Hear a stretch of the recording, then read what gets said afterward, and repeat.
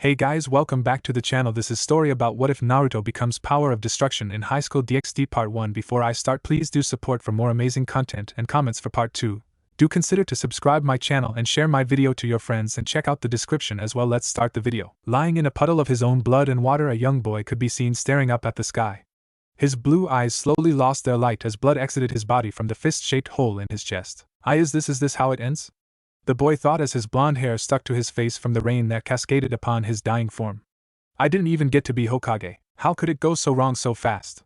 The boy couldn't help but wonder. The day had started off like normal with him waking up, eating breakfast and brushing his teeth. That's when it spiraled out of control. He had been called into the Hokage office along with his fellow graduates and friends. Sakura, his crush, was there as well, looking particularly distraught. It was then that Tsunade, the current Hokage, explained the reason for the girl's current state. Sasuke, his friend, or at least ex-friend, had left Konoha in favor for getting power. The first emotion that Naruto felt upon hearing that was anger, angry at how Sasuke could leave all of them behind. He had everything Naruto wanted in his life. People looked up to him. Girls were interested in him. Hell, even his own sensei favored him. The boy was called a prodigy, and he threw it all away for what? Power. Yes, Sasuke had told them of his dream, no ambition. He wanted to kill his brother, the same brother who had killed off his entire clan in a single night. Naruto couldn't understand how he could always act so grumpy. He had tried his best to be friends with him, something he thought had worked, as despite how he often acted, Naruto knew he enjoyed those times like he did himself. So why was he lying here, in the Valley of the End with a fist-sized hole in his chest? Didn't he see he only wanted to bring him back? So they could continue being Team 7. He had promised Sakura he would bring him back. Heh, he chuckled weakly as blood escaped his lips. She would probably be disappointed if she would see him now. Calling him a failure. It was a term often associated with him. Looking back at his life, Naruto couldn't help but agree. They labeled him as a failure of a shinobi, having failed graduation several times. He never let it show, though, how much those words got to him. No, instead he kept on smiling, loudly proclaiming how he would one day become Hokage. How one day they would no longer look at him in disgust or loathing. How it would be replaced with respect and adoration. It truly was a child's fantasy. Now that he thought about it, he coughed up blood as he could feel himself getting more tired the longer he was lying there. Blanking out for short periods of time as he had to put effort into keeping his eyes open. If only, Naruto thought. If only he would have fought back more seriously. If only his sensei had taught him properly, then perhaps he would now be on his way to Konoha, dragging a battered and bruised Sasuke behind him. And if only Sasuke wasn't so obsessed with revenge. But alas, his life had been against him from the start, he realized. With that, he closed his eyes. A bittersweet smile of acceptance graced his face. With that, Uzumaki Naruto, Kyuubi Jinchuriki, son of Uzumaki Kushina and Minato Namikaze, had died. Not too far away, two blurs could be seen traveling through the forest at high speeds. How far away are we packing? Kakashi asked as his lone visible eye focused onto his smaller travel companion. We're close. I can smell blood from here. Pakin replied, its enhanced senses due to him being a dog catching the smell of freshly spilled blood. Nodding grimly, they increased their pace as Kakashi could feel lingering traces of Kyuubi's chakra pass by him. Is this? Kakashi muttered as he looked at the Valley of the End that showed signs of a large battle having been fought. Kakashi, his companion, muttered as it held its paw out towards a small speck lying in the middle of the valley. Oh God, Naruto! Kakashi screamed after focusing on it, and recognizing the blonde hair of his student. Wasting no time, Kakashi jumped down before sprinting over to where one of his students was lying. No! Kakashi repeated, losing composure as he got closer and noticed he wasn't breathing. A fist-sized hole was in his chest from what he recognized as his technique. His hand trembled as he knelt down and moved towards his jugular vein, hoping it wasn't what it looked, despite knowing deep down it was already too late. Come on, Kakashi mumbled as he couldn't feel any pulse. A little bit away, Pakin looked sadly as his summoner did his best to keep himself together while praying to any god out there that what he was seeing wasn't real. Sensei, I'm sorry. A lone tear ran down his visible eye after realizing that it had no use. Naruto, his student, his sensei's legacy, was dead. No longer among the living and killed by none other than his friend, using a jutsu Kakashi had taught him personally. Kakashi, it's no use. Pakin found it surprisingly hard to form the correct words as he looked sadly at the corpse of the blonde. He had so much potential. Pakin had seen so himself as he had defeated the One-Tails. For someone so young to die by his own signature technique, Pakin could already feel the self-loathing that started to develop inside of Kakashi. It's best if we bring him to Konoha so he could at least get a proper burial. Kakashi didn't reply. Instead, he was focused on the smile his dead student held. He recognized the smile, having it seen on so many older shinobi who either had family members of them lose their lives or were on the doorstep to death themselves. It was a smile of acceptance. Acceptance that they were gone, that they were about to die and didn't fight it a single bit. To see such a smile on his student was simply disheartening. Finally, Kakashi moved the dead body of his student in his arms before standing up. Pakin, let's head back. The retrieval has been Kakashi had to swallow. A failure. A funeral was held later that same week. One that was attended by everyone that knew him, including members of his graduating class. Kakashi had seen both Tsunade and Jiraiya crying as the coffin was lowered into the ground. Kakashi still remembered the look the Hokage had when she saw him enter her office, carrying the dead body of Naruto. She had stared blankly at it before Kakashi had excused himself after noticing she was doing her best not to cry. The woman had closed herself in her office for the rest of the day. He remembered how he had stumbled upon Jiraiya seemingly drinking himself to death in one of the many bars. Kakashi could honestly say the man had never seemed older than he did at that exact moment. Then were all his friends who were informed of Naruto's death shortly after they got out of the hospital.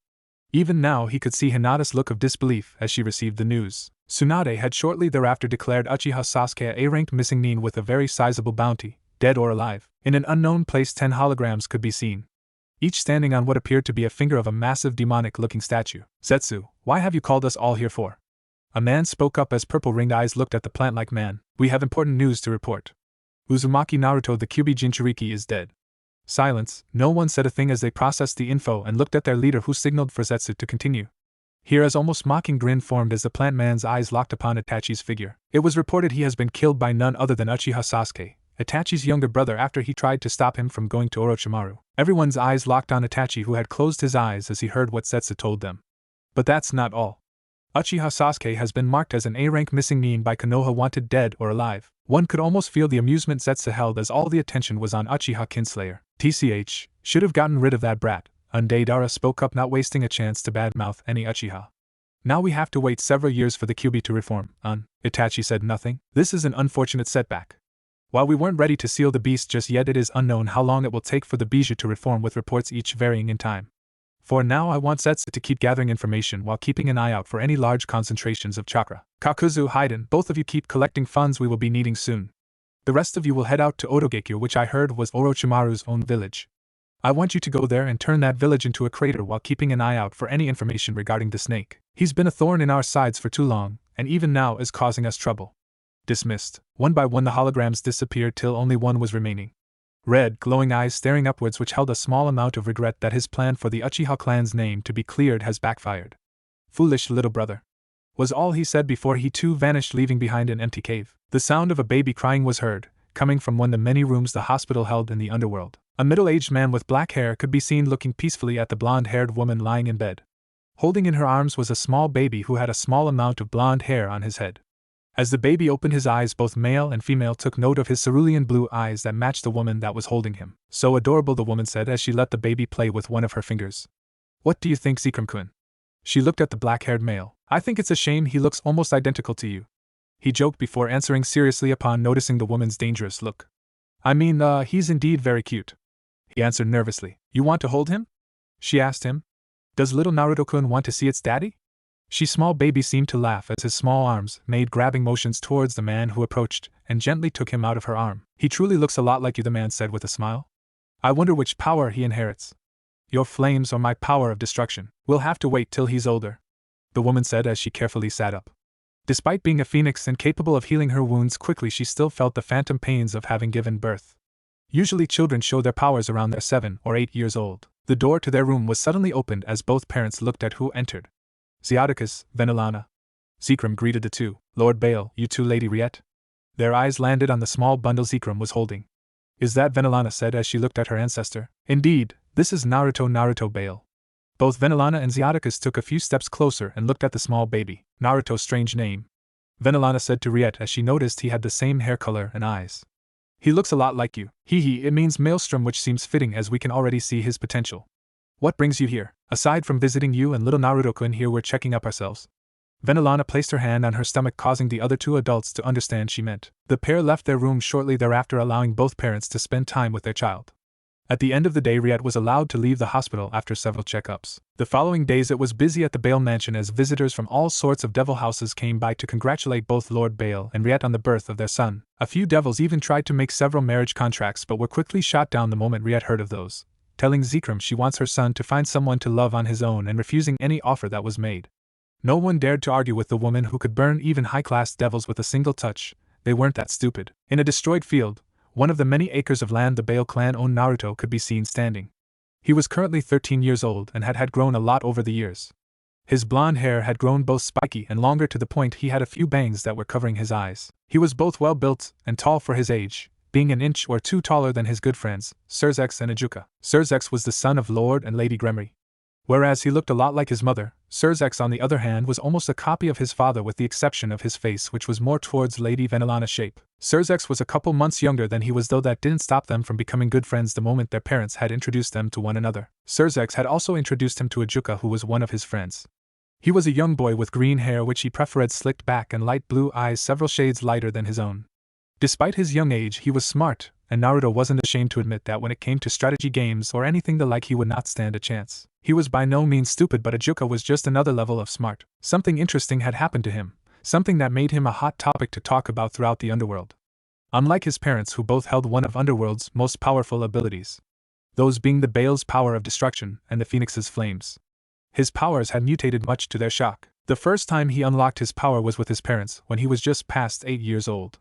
They were in an empty field much like the one he was standing in now before they instructed him to search deep within himself. He had done what they had asked of him, but neither were expecting the results. The first thing that happened was the incredible amount of power he had released. It was like a dam had been broken.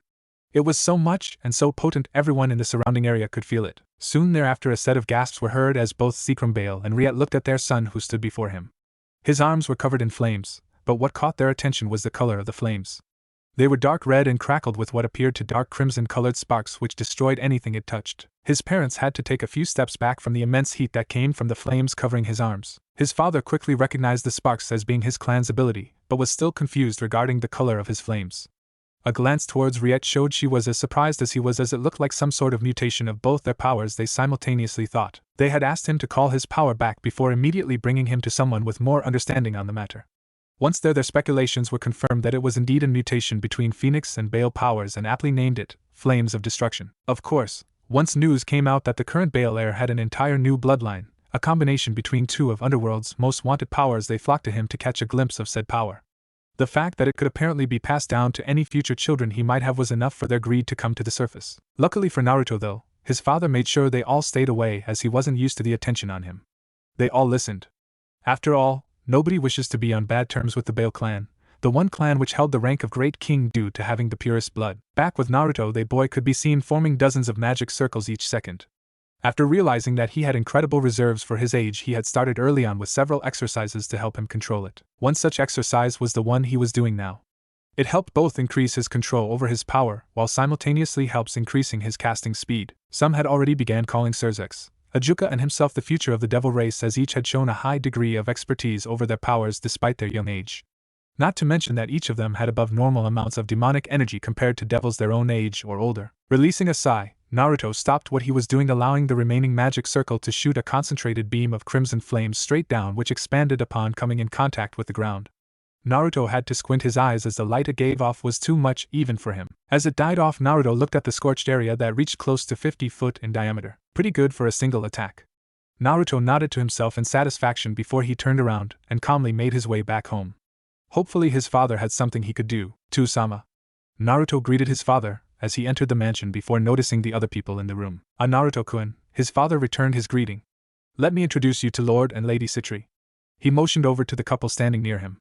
Naruto looked at the black-haired man and woman who both had violet eyes like his father had. "Nice to meet you." Naruto bowed his head in respect before turning his head slightly to the right where a young girl could be seen standing. She had long black hair set in twin tails with a pair of violet eyes that looked at him with barely hidden curiosity. "Who's this?" he asked the adults in the room. "That's our daughter, Sarafal." Lady Citri spoke up. "Come on, Sarah-chan, say hi." Slowly the young girl stepped towards him. Her eyes were focused somewhere else, missing the raised eyebrow Naruto had as he watched her stop in front of him. Nice to meet you, Narutan." She shyly introduced herself, still not looking at him. Naruto stared at her outstretched hand for a moment before accepting it. "Nice to meet you as well, Sarafal." He then looked at his father. "You know where Ka-san is?" He refrained from using the more affectionate suffix in front of the guest. While he never said it out loud, Naruto enjoyed spending time with his mother more than his father. He didn't hate him or anything, but he felt more connected with his mother compared to his father. "She should be in the library, at least that's what she told me." Of course, his parents had noticed this even without him having voiced so, but neither made any effort to change him. If he preferred spending time with his mother over his father, they weren't going to stop him. I see, I'll be going then. He bowed once more before walking off to find his mother. Such a well-mannered kid, Lord Citri commented as they watched his form disappear from their eyes. Zekrom chuckled lightly, glad they had beaten proper manners into him early on, or who knows how he might have acted. Naruto released a tired sigh as he entered his bedroom and let his gaze wander around. It was big, way bigger than it should be for being just a bedroom. Then again, most devils owned ridiculously large homes. Initially he was confused why someone would need a house that big when most devil families were made up from 2 to 3 members. He came to realize that most of the spare rooms belonged to staff, which was mostly made up from maids. He dragged his feet towards the bed before allowing his body to fall onto it. Despite his aching muscles having already healed due to the phoenix blood in him, he was still tired despite not looking anything like it. He closed his eyes and before he knew it he was already asleep. Blue eyes fluttered open before staring around in confusion. Already morning? Naruto said to himself before he sat up, only for him to frown as he appeared to be in some sort of sewer. Standing up he noticed just how big the sewer he found himself was. Narrowing his eyes he spotted a bright light up ahead. Looking behind him it was the opposite, as he couldn't see a thing, so with a shrug he started walking towards the light. He arrived in what appeared to be an even bigger room, if that was even possible. A large cage was before him, except it was completely empty. He took a few steps closer to the golden bars, wondering where he was and what sort of animal this cage before him was meant for. A sudden light that appeared in the middle of the empty cage caused Naruto to jump back, his arms already coated in crimson-colored flames in preparation for what was to come. As the light died down, Naruto's eyebrows rose as he stared at what looked like an older version of himself, except weaker. He couldn't sense any demonic energy from the man before him. And what was with the look on the man's face? He was looking at him with an expression befitting one of sadness. Who? Naruto looked the older blonde over. He had blonde, spiky hair more wild than his own. He did note that it was the same shade as his mother's hair and his own. He had a pair of jaw-length bangs and piercing blue eyes so much like himself. He wore a green jacket with over it what he recognized as a white haori which had a flame motic. Finishing it off was the headband the man had around his forehead, which held a strange symbol he couldn't quite recognize. "Who are you?" he asked warily of the man in front of him. Despite not sensing any demonic or holy energy from him, Naruto could tell the man was still dangerous. Instead of answering him, the blonde man slowly made his way over to him. Naruto narrowed his eyes as he increased the output of his flames the closer he got, while carefully stepping back. While he was sure that if he wanted to he could have erased this man from existence, a part of his mind was against it. "Don't move closer," Naruto warned as several magic circles came into existence, floating behind him. Despite his warning, the man didn't listen, seemingly aware of the inner conflict he was having in his mind that stopped him from acting till he stood a mere feet away from him. "Do something!" Naruto could hear himself screaming in his mind. "Fight him! Kill him! Do anything!" Yet, despite his mind warning him, he was powerless for some reason, and he didn't like it any bit, as this man could strike him down without any effort if he wished to. He was surprised, however, as instead of striking him down, the man brought him in a hug. A hug that was strangely comforting for some reason. His arms hung limply to the side, the fire having dissipated the second the man had embraced him. Why? Why does this feel good? He didn't even know this man. "Sorry," he heard him mutter. "Sorry for what?" This wasn't making any sense. "I'm sorry for putting such a burden on you. If only I knew this was going to happen, I would never have sealed the Kyuubi in my own son." "Hold on. Son? Kyuubi?" While he looked a lot like him, last time he checked his father had black hair and violet eyes, whereas his mother looked more like the person in front of him. And what was this about sealing a Kyuubi? Was that the reason this cage was here? He had heard of Kyuubi Yukai, the strongest of their race, but never of sealing one in a child. "I'm sorry." He pushed the man away. "I think you're mistaking me for someone else. My father is Zekrom Bale, current leader of the Bale clan, and I can tell you he looks nothing like you." The man frowned. I know. Was your father in your life before this one?" Naruto was sure his eyebrows would have receded into his hairline if they could. "Previous life, like reincarnation and such?" "I've seen it all, your previous life. From the moment you were born till you died from my place here inside you." "Phrasing," Naruto muttered. "Though I can't say I really was a father to you, can I? Especially not compared to this other man." Oh, Minato had indeed seen it all and could see the genuine care the man had for his son, which was also his son in some weird way. "Wait. What is your name?" "Oh, he. The man scratched the back of his neck in embarrassment. "Namikaze Minato, Yandame Hokage of Konohagakure no Sato." "Fire Shadow?" He looked at the older blonde who didn't reply. He shook his head. "Regardless, Minato, what are you doing here? If what you say is indeed true and I have indeed reincarnated, why are you still here? What are you even?" "I am a small part of my original soul. When I died sealing the Kyuubi and you using the Shiki Fujin, I imprinted a copy of both myself and Kushina in case you ever needed us." He frowned. Unfortunately, it seems Kushina's imprint is no longer here for some reason. His form began to flicker between transparent and solid. "It seems my time is up." "Wait already? You still haven't explained the rest." What does this all mean? Where are you from and how does this affect me? Instead of replying, the man brought him in one more hug before he took a few steps back. Despite you no longer being my son, I want you to know that I'm proud of you, and once more I'm sorry, Naruto. With that being said, the man slowly became more and more transparent before he was gone. Naruto stared at the spot the blonde had previously occupied with mixed emotions. This had brought up so many questions he honestly wasn't even sure what to do. Naruto groaned lightly as he woke up. Blue eyes staring at the ceiling of the room, not bothered in the slightest from the naked body he could feel pressed against his side. How long had it been? How much time had gone by since he first had met the blonde man deep inside his conscious? That's right, 4 years since that day, and he was not any smarter when it came to said topic. The first thing he had done the next day when he was awake was asking his parents if either were familiar with the symbol the man wore on the headband around his head. Unfortunately, either of his parents had the slightest clue, and when asked about it he told them it came to him in a dream as to not raise any suspicion. There was also that man's name, Minato Namikaze. He had searched through the massive library for any hints regarding said name only to come up with nothing. While there were some Minatos, none matched the description of the one he had met in his mind or wherever it exactly was. So, after numerous failures to gain any information, Naruto had given up and instead using the time to train more vigorously than he did before. His mother was concerned as he had trained himself to the point even his phoenix blood was unable to properly heal him. It had paid off, however, as he was widely known as strongest youth, followed closely behind by his friends Surzex and Ajuka, who, like him, were recognized as prodigies when it came to fighting and power. Surprisingly, Sarafal had made a name for herself with her unique ice magic compared to the rest of her family, whom were all water users. She had undergone quite the personality change as well. No longer was she the same shy little girl he had first met. Instead, she became more outspoken, yet kept her somewhat childish part of her that could get on his nerves sometimes. Though she seemed not to care, in fact she seemed to do it on purpose whenever he was around, much to his dismay. "Morning, Naruto-sama." A woman's voice from his right snapped him out of his memories. Looking at the owner of the voice, he stared right at a pair of green eyes which stared sleepily back. This was also something that had changed about him. After reaching a certain age, puberty started to happen, and with that came hormones. He had did his best to ignore them as much as he was capable of, but eventually, after a certain hard training session, he just couldn't help himself, and woke up the next morning with one of the many maids that worked for his father in his bed. Naked like himself. Of course, with his luck, his mother had to enter his room that exact day after noticing he wasn't awake yet when it was close to noon. To say she was angry was quite the understatement, and chewed him out for a while. Thankfully, his father had managed to calm her down so he could explain that it was bound to happen with how his hormones were acting up, and that it was better he did it with one of their maids instead of some random woman he could have picked up from the streets. So eventually she conceded, which prompted him to sleep with their maids whenever he felt like it, as long as they agreed, of course. While he could go out and probably get a girlfriend or whatever, he wasn't really interested in anyone, much to the dismay of several young women, as Naruto had grown quite handsome over the years, looking more and more like the man he had met in his mind those years ago. His training had given his body a nice amount of muscles, nothing over the top though. His hair was a bit longer than his younger self, yet shorter than Minato had, with less spikes in them. His height had increased to the point that he was just a few inches shorter than his father was, much to his delight. Releasing another sigh, Naruto got out of bed before grabbing some clothes and heading for the bathroom that was attached to his room, cleaning himself before preparing for another day. Hopefully one a bit more interesting than lately, as he had gotten quite bored. Perhaps he could ask Surzex for a spar again if he's free. A knock was heard on his door, causing Naruto to look up from the book he was currently enthralled with. It was an interesting book.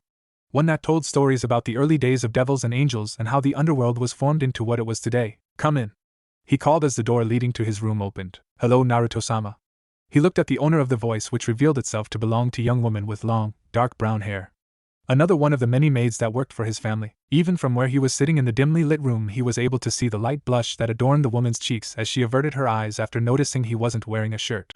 It allowed her to see his well-developed muscles he had gained and kept over the several decades he had been alive. Naruto flicked a few blonde locks to the side, allowing her to see his piercing blue eyes, ones that had lost a part of their warmth after having experienced loss. The maid frowned for a moment as she remembered that day. That fateful day where he had received the news that had changed him into the person that sat before her. Flashback. "What did you call me here for, Sama? Is Kasan better?" Naruto asked as he had hurriedly made his way to his father's office after being asked to get here as soon as he could. His mother had been diagnosed with a very deadly disease a few months ago. It was lethal to devils, but he, along with many others, had speculated she could survive due to her phoenix blood. An emergency, they called it, which seemed to be true as the tension in the room was close to, if not palpable. His father looked at him with a look that held no emotion, no expression except coldness. For a moment he said nothing. Instead he looked his son over. He had grown a lot, from a young boy into a fine adult, even if he was still very young by devil standards. He had gotten taller, standing at 6 feet exact, making him as tall as he himself was. His blonde hair that held an unique spikiness to it still as vibrant as ever. Blue eyes so much like his mother stared curiously at him, wondering what he was here for as he had taken a break from training today. Then there was also his power. Zekrom could feel the hairs on his neck stand up from the close proximity he was with his son, who was radiating power despite actively suppressing it. Despite his young age, Zekrom was not stupid. He knew that Naruto's reserves had already surpassed his own, as even he was not able to make others feel so conscious of themselves by being just in the same room as someone. Well, he was, but not in the way his son was able to. With him it was mainly out of fear others had in potentially offending him, or doing something that could hurt their standing in the underworld. Naruto watched as his father stared at him. Unknowingly, he was finding the best possible way to break the news to him while knowing that his reaction wouldn't be nice regardless. Sighing, Zekrom decided that getting straight to the point would be the best in this situation. Your mother. Zekrom noticed a change in his posture when he mentioned her, the person Naruto treasured above everyone else, something that made this all the more painful for him. Naruto-kun, your mother, Riet, is dead. Zekrom closed his eyes, awaiting his reaction. Something which he didn't have to wait long for. CRRK. The temperature in the room quickly rose to unbearable levels as sweat ran down Zekrom's head. What?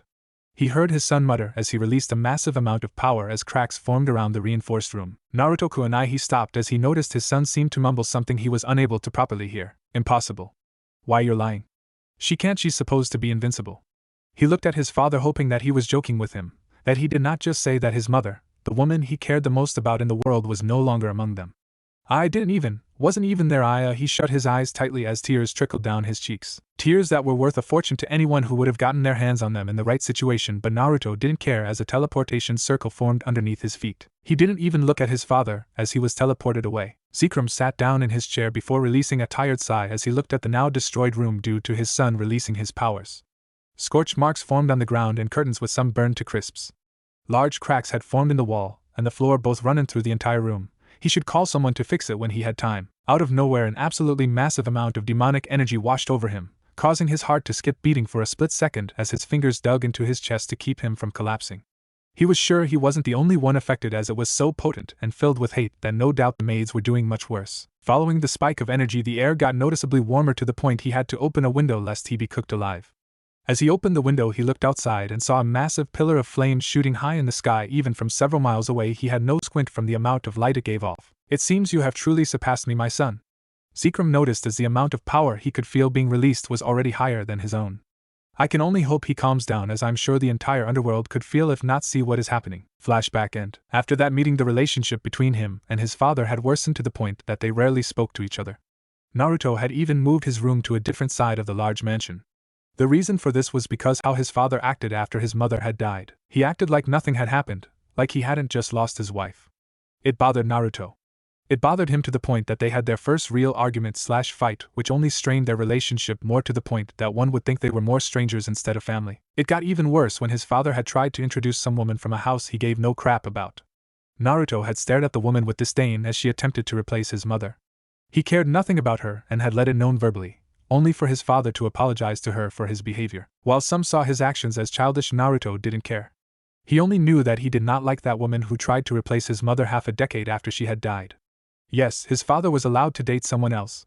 He didn't expect the man to stay single for the rest of his long life, but that did not mean he was going to like it. His father couldn't do anything aside from scold him for his behavior, as a fight would lean in his favor both due to his higher reserves and unique bloodline. A bloodline which made it so he couldn't threaten to kick him out of the clan, as he would most likely be picked up by the Phoenix due to him having their blood in his veins. And if that didn't work, he could go to any other devil house which would be more than happy to take him in hopes of incorporating his unique bloodline into their own and thereby elevating their status amongst the underworld for having a perfect mix between Phoenix and Baal with the best of both and then some. Is there something you need? Naruto asked the woman standing in his room. She had been spacing out for the past few minutes, much to his silent amusement. No, I am fine. The woman shook her head, embarrassed at being caught like that, but quickly collected herself. Lord Baal has called for me to inform you that he wishes to speak with you. I see, he muttered as he closed the book he was reading. His slight movement caused the flames of the candles in the room to flicker and change color to crimson, giving the room an eerie glow. Standing up, he walked over to the closet and put on a burnt orange shirt along with a fitting white jacket. Let's go then. He motioned for the woman to lead as he closed the door behind him. As he walked through the hallways next to the maid, his mind drifted off to other thoughts. Ever since he had first met that strange man who looked so much like him, Minato, he had experienced several dreams, borderline nightmares, when he went to sleep. They were about himself, or at least a younger version of himself. He would find himself in a strange place called Konoha, which, as weird as it sounds, didn't exist in any of the history books. There, in that place, people were ninjas or shinobi, whatever he couldn't quite remember. They weren't like ninjas that existed in this day and age, as they were quite the opposite of stealthy. Not to mention that those people there, humans, were capable of using chakra, an energy source exclusive to yokai which allowed them to bend elements to their will, such as spitting out massive fireballs or create large water dragons. While those feats weren't anything special, as the Citri and Phoenix could do those without a sweat, the fact that those were just regular humans was most surprising. Some dreams were about a younger version of himself surviving on the streets, getting spit and cursed at, while in others he would find himself enduring torture no child should have experienced regardless of what they did. It made him realize how evil humans could be, only increasing his dislike for their race. Oddly enough, the dreams and or nightmares would always end with him ending up with him waking up as a young boy no older than 13, would shove an electric-covered fist into his chest as strange red eyes with black tomos would stare lifelessly as he died. Was that what Minato meant when he spoke about him being reborn? That he had died in that world only to end up here, as heir of the most revered family in the underworld? Would those dreams be his memories then, or was it something completely different? The only person aware that he was experiencing those dreams was his mother, whom he had informed. She was the only one he had told, as they would often just spend time together where he would tell her about what happened in those dreams as she would run her fingers through his hair. Now that he thought about it, she would always just smile at him, like she knew something that he didn't. Unfortunately, he would never know why she did it, or what those smiles meant, as she was no longer among the living. He was pulled out of his thoughts as they stopped in front of the door leading to his father's office, the woman who escorted him knocking on the door before hearing Zekrum's voice on the other side telling them to enter. The door opened and they both walked in.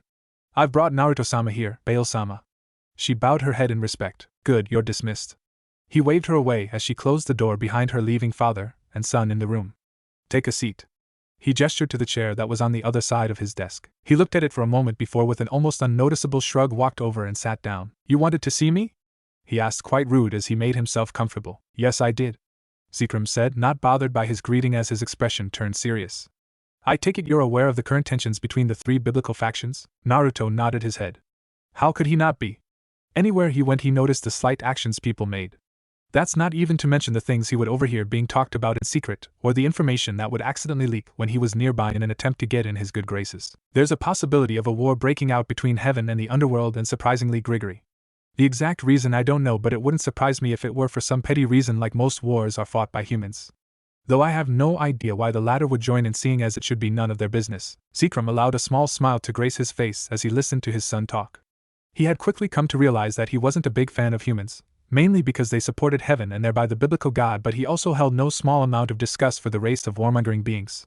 Or so he thought, at least. It was somewhat amusing though for a race of humans to commit acts of atrocity that made even devils think twice. "Is that why you called me here for?" Zekrum shook his head. "No, the reason I called you here is because I'm informing you that in a month the Satans will wage war upon heaven." Naruto allowed one of his eyebrows to rise in response. "I, along with other heads of the families, each received a letter which detailed information that the current Satans have officially declared war, so it's no longer just a rumor.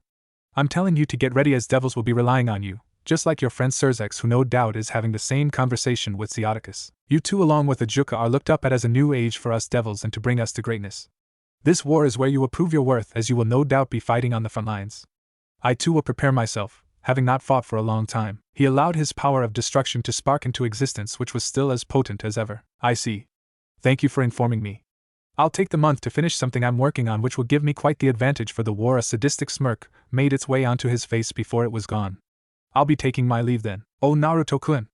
Zekrum's voice stopped him just as he was about to leave the room. "Yes?" He turned his head, annoyed at being stopped, and the familiar way he addressed him. "In the letter they're asking if you can help producing more Phoenix tears. The Phoenix family is assigned with making sure there will be enough tears to heal wounded that we will no doubt suffer, and since your tears have the same healing ability, they're asking if you can help. Perhaps. If I can complete what I'm currently working on, I can see if I can help." He shrugged uncaringly. He doubted he had an actual option not to, but the way he phrased it made it seem like he was willing to help. "Great, I'll let them know. I'm also informing you that Miriam is expecting a child." He looked at his son, curious as to see his reaction. His eyes turned cold as ice, not betraying anything except immense dislike at the mention of her name. "I see." He didn't say anything else as he left the room without looking back, leaving his father to sigh in sadness at his strained relation with his son. He hadn't planned for his current wife to get pregnant this soon. It was hard, very hard for pure-blooded devils to get pregnant. Why? Nobody knew exactly, but it didn't change the fact that it often took several centuries between pregnancies, which is why it came to such a surprise to hear that he was having another child before Naruto would reach his 100th birthday. It also couldn't have happened at a worse time, with war breaking out soon, meaning his wife won't be able to fight. Though it did give him an incentive to win, as otherwise he wouldn't get to see his youngest child. So I take it you've been told of the news as well, any? Surzex spoke to the others in a jovial mood. One that didn't fit with the general air of somberness that was in the room. Shortly after his father told him of the news, he was visited by Surzex, Ajuka, Sarafal, and Falbium. The latter who was the newest member to their small group of friends.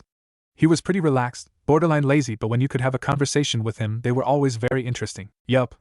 Father informed me just before you all came by. They want my help producing Phoenix Tears. I told them I'd help if I finish with my own crap. He looked at Surzex and Ajuka. Did your parents go over some dull speech about the future of the devils? He asked, curious if only his father did it. He received 2 nods. Yeah, something about proving ourselves right? Correct. What about you, Sarafal? He looked at the only girl in the room who pouted at him. Mao, I told you to call me Saratan. She grumbled at his refusal to address her in the way she wanted. Naruto looked unamused at her antics, something she quickly picked up on as she got to the point. Well, Kasan and Tusen didn't really say anything specific, they just told me to take care of myself and allies to make sure I survive. Naruto hummed, not really paying attention as he began juggling a small fireball he had formed in his palm. His eyes following it as it bounced in his hands. The others in the room could feel the heat it was generating despite being so small, just proving how powerful his flames are. By the way, Narutan, what are you working on? A technique or something else? The flame died out as Naruto closed his palm, the other members in the room looking at him in interest, making him smirk. Sorry, but it's a secret. I can tell you though that I got the idea from you. He looked at Surzex. Me? I wonder if it has something to do with. He saw his friend's eyes lit up. Oh, something like that, huh? Naruto nodded with a smile that was matched by him. Good luck. It took me quite a while, but it's definitely worth it, as you have seen so yourself. The others in the room looked confused about what they were talking about but didn't voice their confusion. Instead deciding to wait, as they will no doubt see what they are talking about in the upcoming war. Anyway, is there anything that needs to be discussed? I have personal matters to attend to. He looked at the others. Each of them shook their heads, indicating that he could go. Cool, I'll see you all later or something. He stood up as a teleportation circle formed underneath him, taking him out of the room. Naruto casually walked through the busy crowd that existed out of hundreds of devils. In fact, he walked a bit too calm for the current situation they were facing, as they were all gathered on a large, empty grass field shielded by several powerful barriers. It was time. A month had passed and war had officially started. He could see the nervous expressions of men and women alike as he walked. He was surprised at himself, as instead of fear he felt excitement. Excitement at the prospect of going all out. To finally discover his limits and surpass them while he was at it. He spotted the familiar shade of crimson which belonged to his friend Surzex. Accompanying him were their other's friends. Hey, he greeted them lazily with a casual wave as he stopped next to him. As he looked around, he could see the several glances sent their way. For good reason, he mused to himself.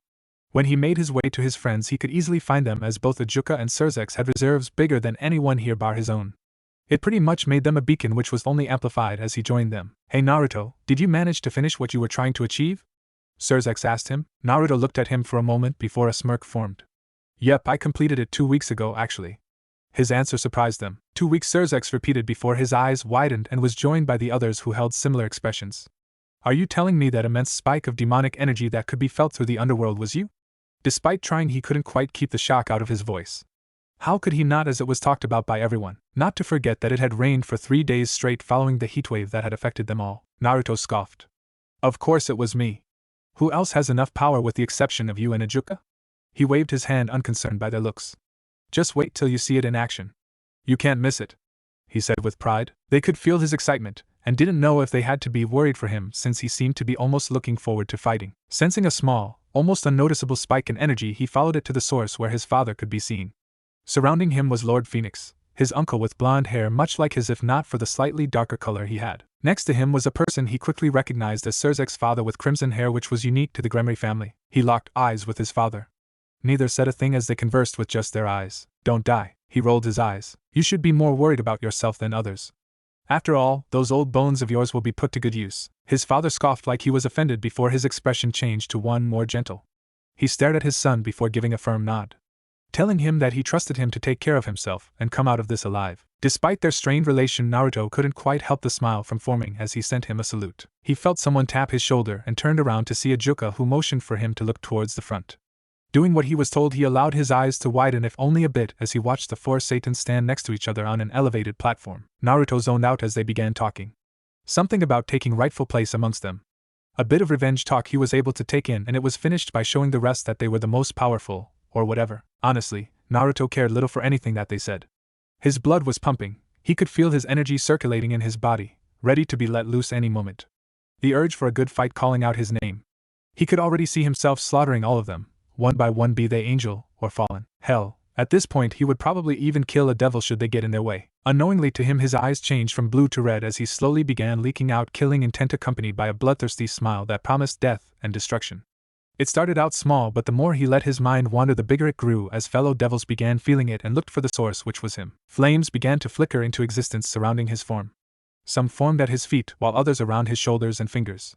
His friends took a step back as they could feel the sheer amount maliciousness he gave off. They weren't the only ones, as even the Satans stopped their speech in favor of watching him, with each holding smirks at seeing how ready he was. Like everyone else, they knew who he was and the potential he held in him. Deciding to not let him waiting, the barrier around them dropped, causing everyone to feel the large source of holy energy that came from hundreds of miles away. Not waiting a second longer, he jumped up high in the air before two large wings out of his own flames formed around his back. He didn't even spare them a glance as he shot forward, wanting to make first contact and spill blood. A monster, no, a demon. That's what went through everyone's mind as they witnessed the one-sided slaughter that was happening before them. How was this possible? He was just one man, for crying out loud. Yet, despite that, he was lowering their numbers, one by one. Some shuddered at the smile he wore. A smile that promised certain death that would come for them, should they attempt to oppose them or not. Even now, the man's blonde hair was painted red from the blood of their comrades. The man's eyes, which started of blue much like a cloudless sky, were nothing more than a pair of crimson orbs that looked at them like they were nothing more than mere annoyances. Preposterous. They, children of God himself, looked at as they were nothing? Scowling, dozens of magic circles formed in the air which began shooting repeated light spears at the demon in human skin. The blonde looked amused at their attempt, and allowed their attacks to get closer and closer before he, with a snap of his fingers, summoned a massive wall of destructive fire that reached high into the sky. Their light spears were reduced to nothing upon coming in contact with those mutated flames, much to their dismay, as they were the go-to attack when it came to dealing with those from the underworld. Behind the wall of flames, Naruto gave a smirk before he disappeared. Slowly but surely the flames died down. Several light spears were formed in preparation, only for them to see no one there.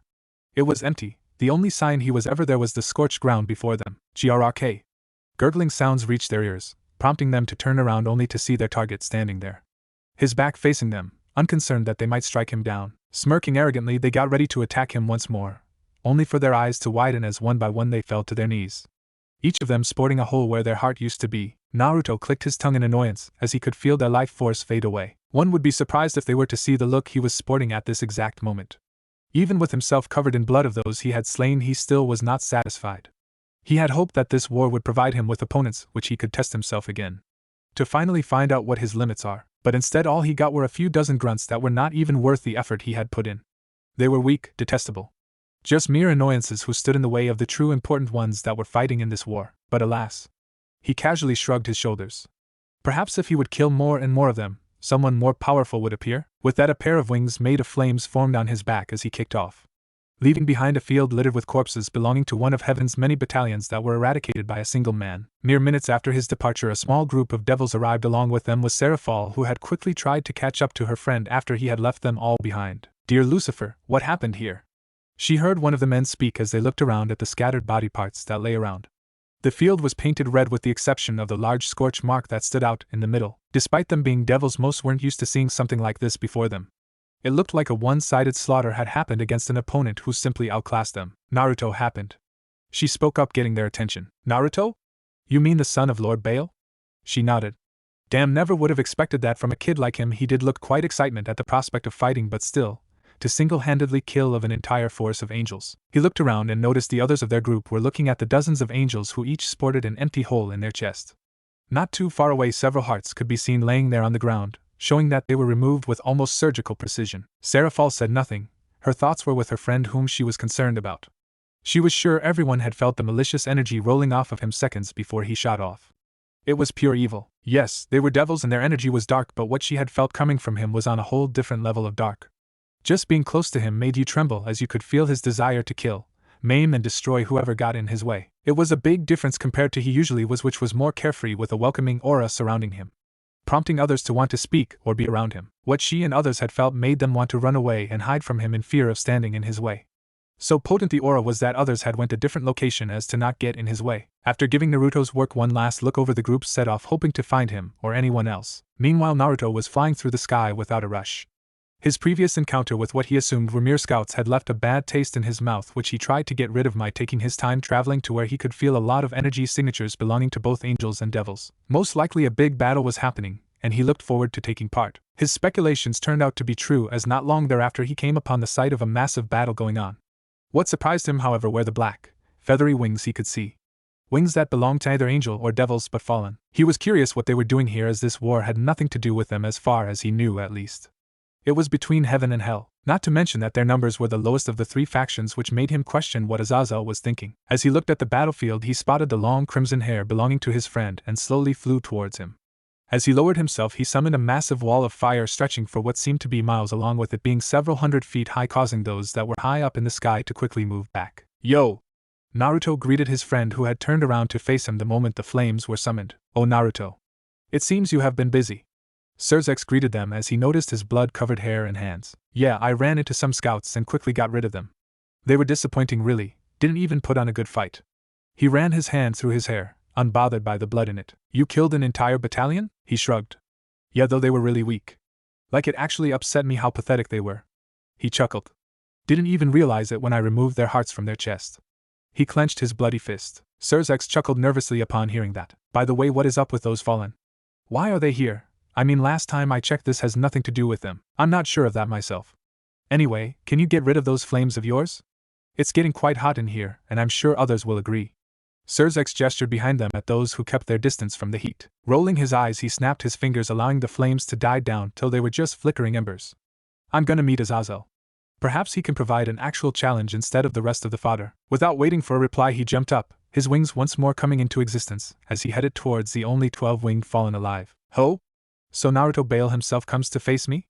a man said as he floated in midair, suspended by his 12 pitch black wings that came out of his back. He looked to be in his early 20s with black hair which had blonde bangs and violet eyes like so many other fallen. "Yes. I hope you can prove to be an actual challenge unlike those others." Naruto spoke arrogantly, his eyes half-lidded as if the man was not even a threat. Something that wasn't true, as he could feel the power the man had, which was more than any other fallen he had encountered.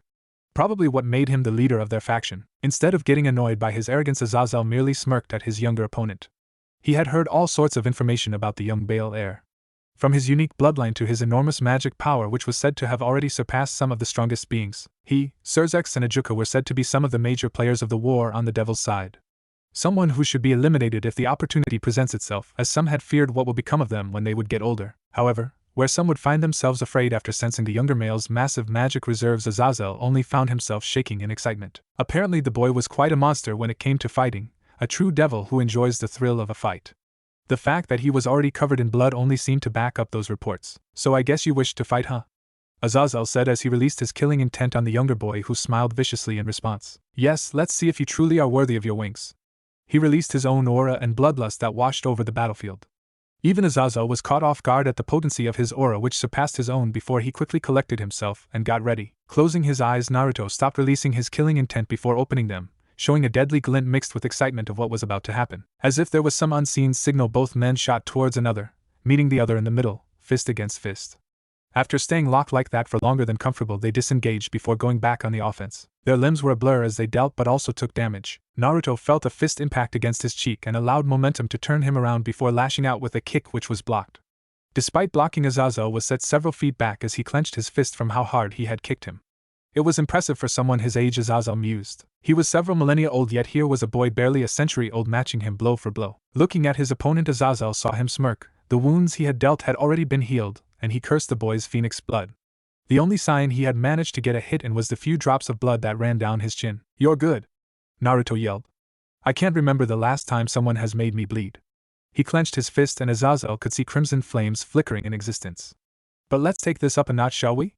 He didn't wait for a reply as several dozen magic circles formed behind him, each shooting a concentrated burst of destruction towards Azazel, who quickly formed several magic circles himself, and countered by meeting his attack with light spears of his own. Naruto clicked his tongue as he saw his attack being cancelled out by Azazel's. Had it been Surzex that used his attack, Naruto had no doubts he would have won the struggle for power, as Surzex's power of destruction was more potent than his. It was something he had found out when they had sparred. Due to his unique bloodline, each time he used either pyrokinetics or destruction by itself, it wouldn't be able to match up to someone who could only use said power.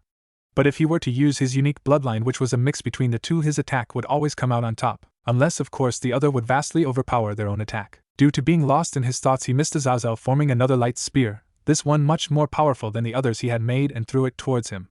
His danger senses screamed at him, and in the last second he was able to defend himself as his arm shot out, and he grabbed the spear with his own hands. Ignoring the burning sensation, he spun around, spear still in his hand, before releasing it right back at the fallen, who widened his eyes at the unexpected move. Dodging, Azazel watched as his own spear flew past him and luckily didn't hit any of his own man. Looking back, he allowed a small smirk to show as he noticed Naruto's slightly trembling hand.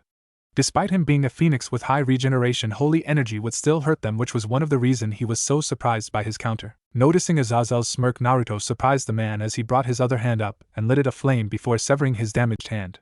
He didn't even as much as twitch as he focused his attention on Azazel's surprised expression as a new hand formed within seconds. Giving it a test, he nodded satisfied as he could feel no more holy energy inside of him. "Oh my, you sure are full of surprises, aren't you, Naruto-san? To take advantage of your advanced healing and do something no other devil would have done, of course. You think something as insignificant as that would stop me? Don't be ridiculous, I haven't even gotten serious yet." To show he was not lying, he flared his power, causing numerous heads to turn into their direction at the oppressive aura that washed over the battlefield, if only for a few seconds. "You still wish to continue?" Naruto asked the older man. Azazel nodded. Despite not showing it, he was slightly nervous. That brief flare of power was enough for him to know that when it comes down to pure reserves, Naruto's were already larger than his own. Something that was quite concerning given that he was older by several millennia. He hoped that his years of experience could make up for the gap in power. "Very well then. It seems I will have to show why despite my young age they already fear me." Naruto chuckled darkly as he stared at the broken and bleeding form of Azazel, who was laying on the ground in front of him, breathing heavily. "Satisfied?" Naruto asked mockingly as he looked at the man's violet eyes, which stared at him with poorly concealed fear. Below him, Azazel nodded weakly before coughing up more blood. Never in his life had he imagined himself being so outclassed. He was the leader of their faction, yet a boy barely in his hundreds had utterly destroyed him. How? Even with all the information he had on him. Information which he thought would have prepared him, perhaps even give him the upper hand, he still had lost the moment Naruto had gotten serious. As he stared up at what would appear to be his executioner, Azazel couldn't help but lay the blame at himself. The blame of participating in the war. "I wish I could feel a woman for one last time," were Azazel's thoughts, as he could feel the temperature around him rising.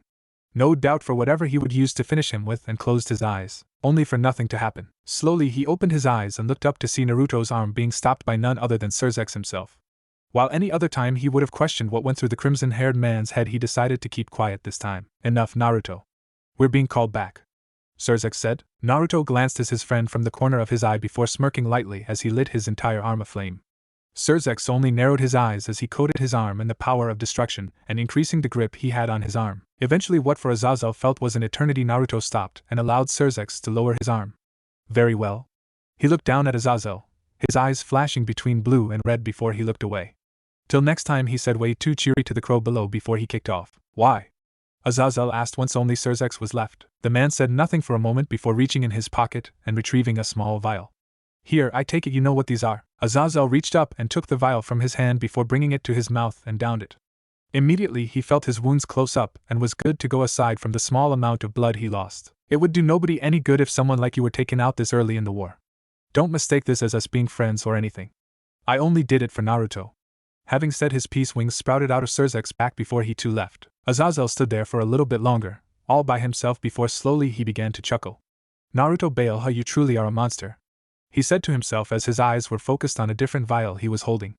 This one held a couple of droplets of blood Azazel had managed to get during their fight. He was going to use it to see what it was that made a monster such as him. There should be no way he should have been so out of his league during their fight. Him who could fight ultimate class devils with ease. Him who held 12 wings and lead an entire faction by himself. After a while he stopped laughing and spared the vial one last glance before pocketing it away safely. 6 pairs of wings came into existence as he headed towards their HQ. Arriving back at their camp, people parted as they noticed both the expression of annoyance he held along with the aura that surrounding him, which promised pain for anyone who would attempt to speak with him. Naruto scowled as he grumbled underneath his breath. This close, he was this close. He clenched his fist. Fucking Surzex interrupting him just as he was about to erase the crow from existence. Why did he stop him? Wasn't killing your enemy the point of war? Arg.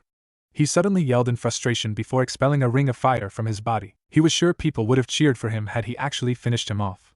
After all, Azazel is the strongest fallen angel, and removing him from the board would have been a major blow, to the point that they might have even retreated or even withdrawn themselves in fear of more higher-ranked members dying. "You!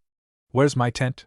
Naruto asked, or rather demanded, as he addressed one of the more important-looking people that he could see. "It's over there."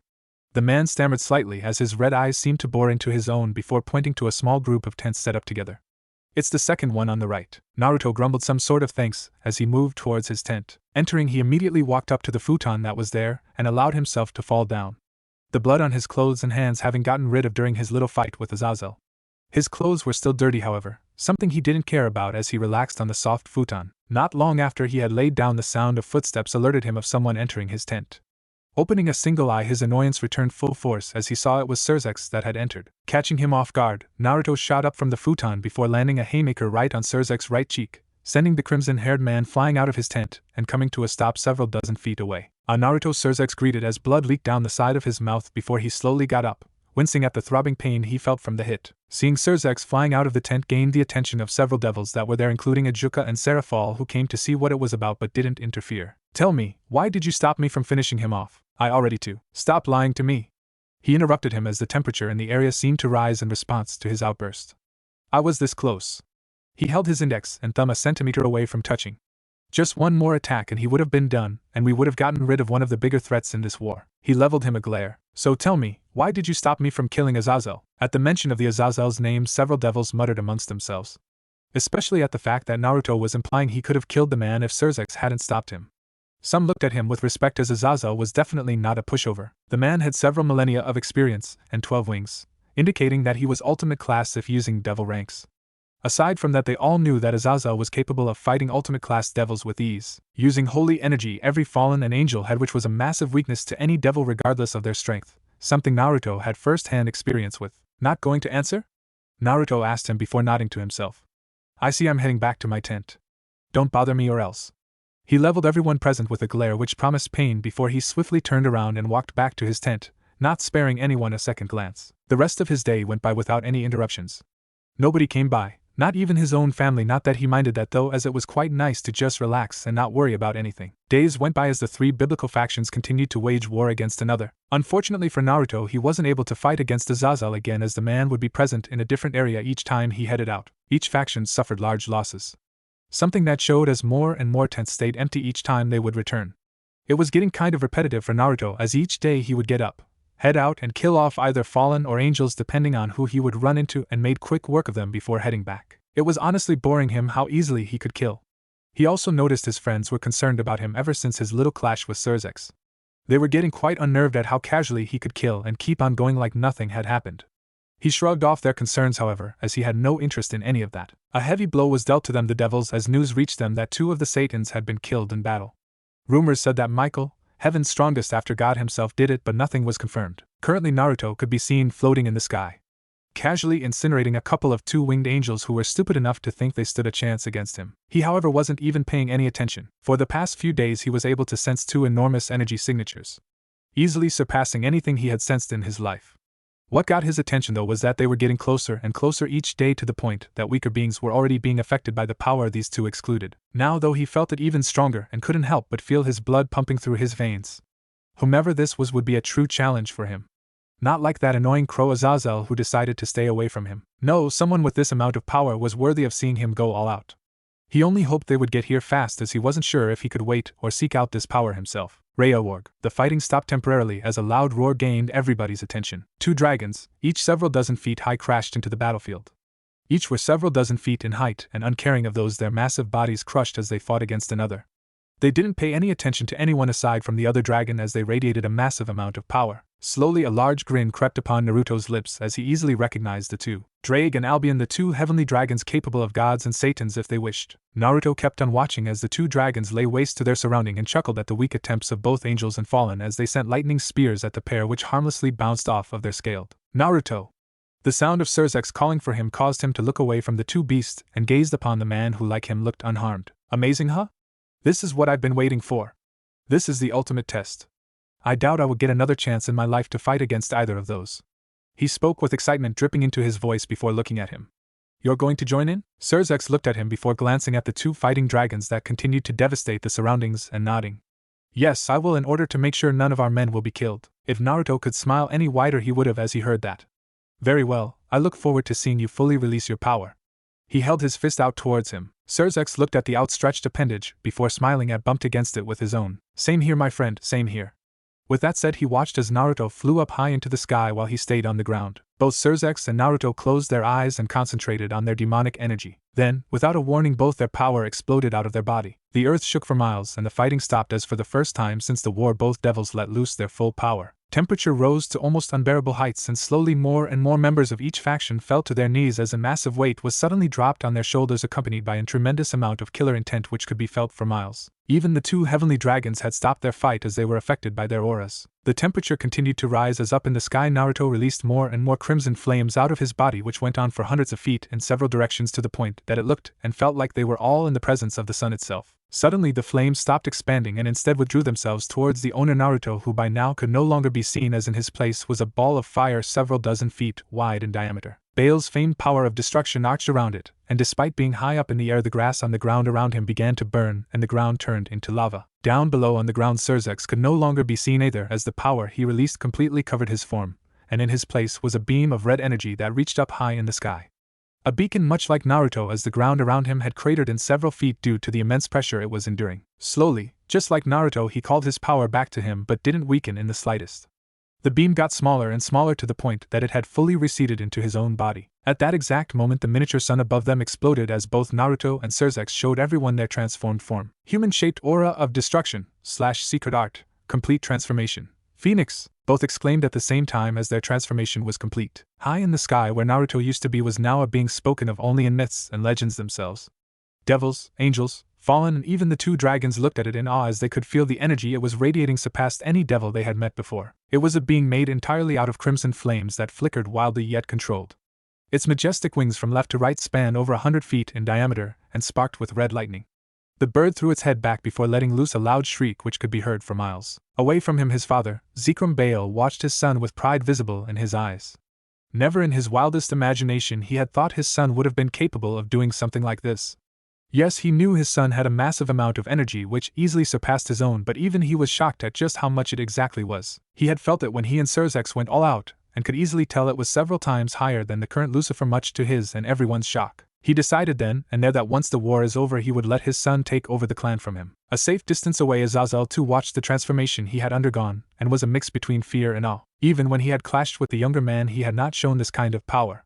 Something he was quite glad for, as he knew he would not stand a chance, as even now the power he sensed was suffocating. Similar thoughts went through their minds as they averted their attention to Surzex, who by now could no longer be made out as a human, or rather a devil, as in his place was what appeared to be a being made completely out of destruction and floated a few inches above the ground. It made for a fearsome sight, as it looked like just floating energy which spread in all sorts of directions. On an unseen signal, Naruto flapped his wings before shooting towards both dragons, who were caught off guard by the speed he possessed and could do nothing but brace themselves as Naruto crashed into them, his unique bloodline managing to harm them as it destroyed their scales. Surzex watched as Naruto tackled the white dragon Albion into the ground, leaving Drake standing.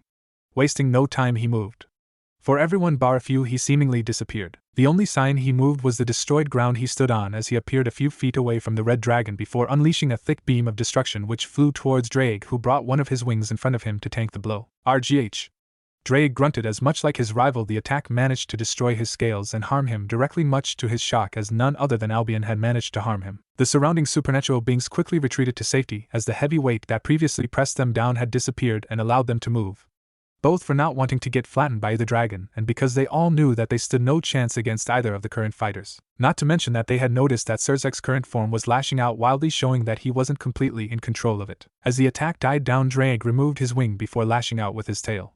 Surzex quickly moved out of the way as the tail met the ground and subsequently shook the earth.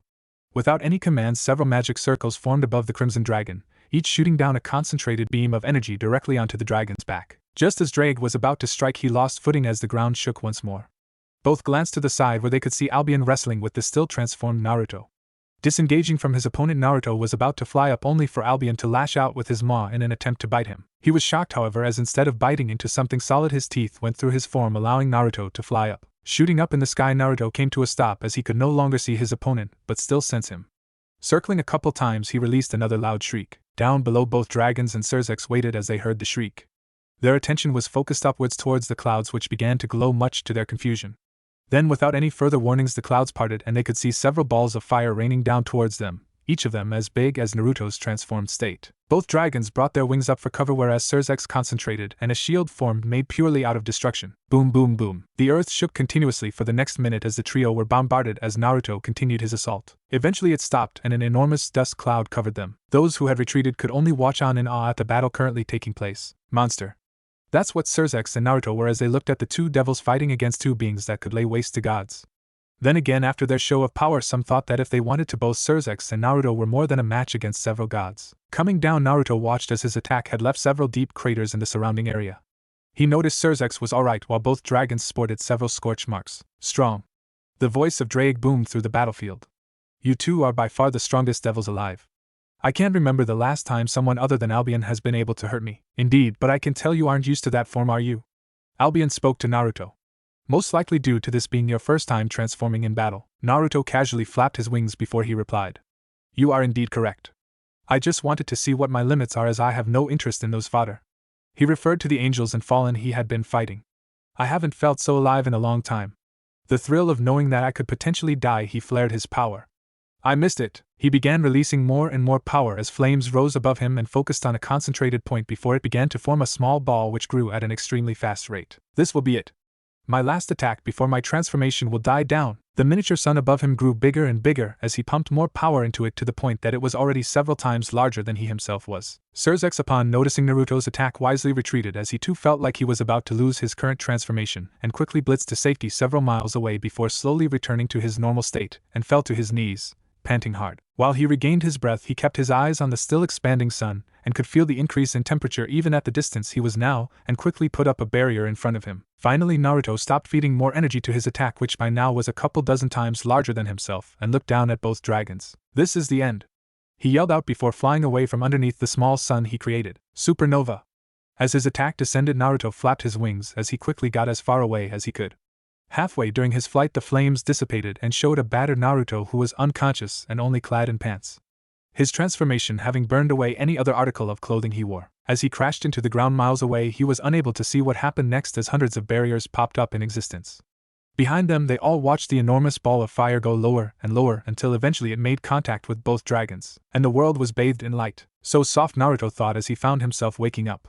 His eyes were kept closed as he shuffled around, only to bite his tongue as he could feel every muscle in his body screaming in pain. Taking a deep breath, he opened his eyes only to immediately close them as he stared straight into light that was too bright for his eyes. HNNG, he couldn't help but let out a soft groan as he moved around so he was a bit more comfortable. You're awake. A feminine voice suddenly spoke up. Not having expected somebody else was here with him, his body jolted only for him to suck in a deep breath at the sudden movement. Ah.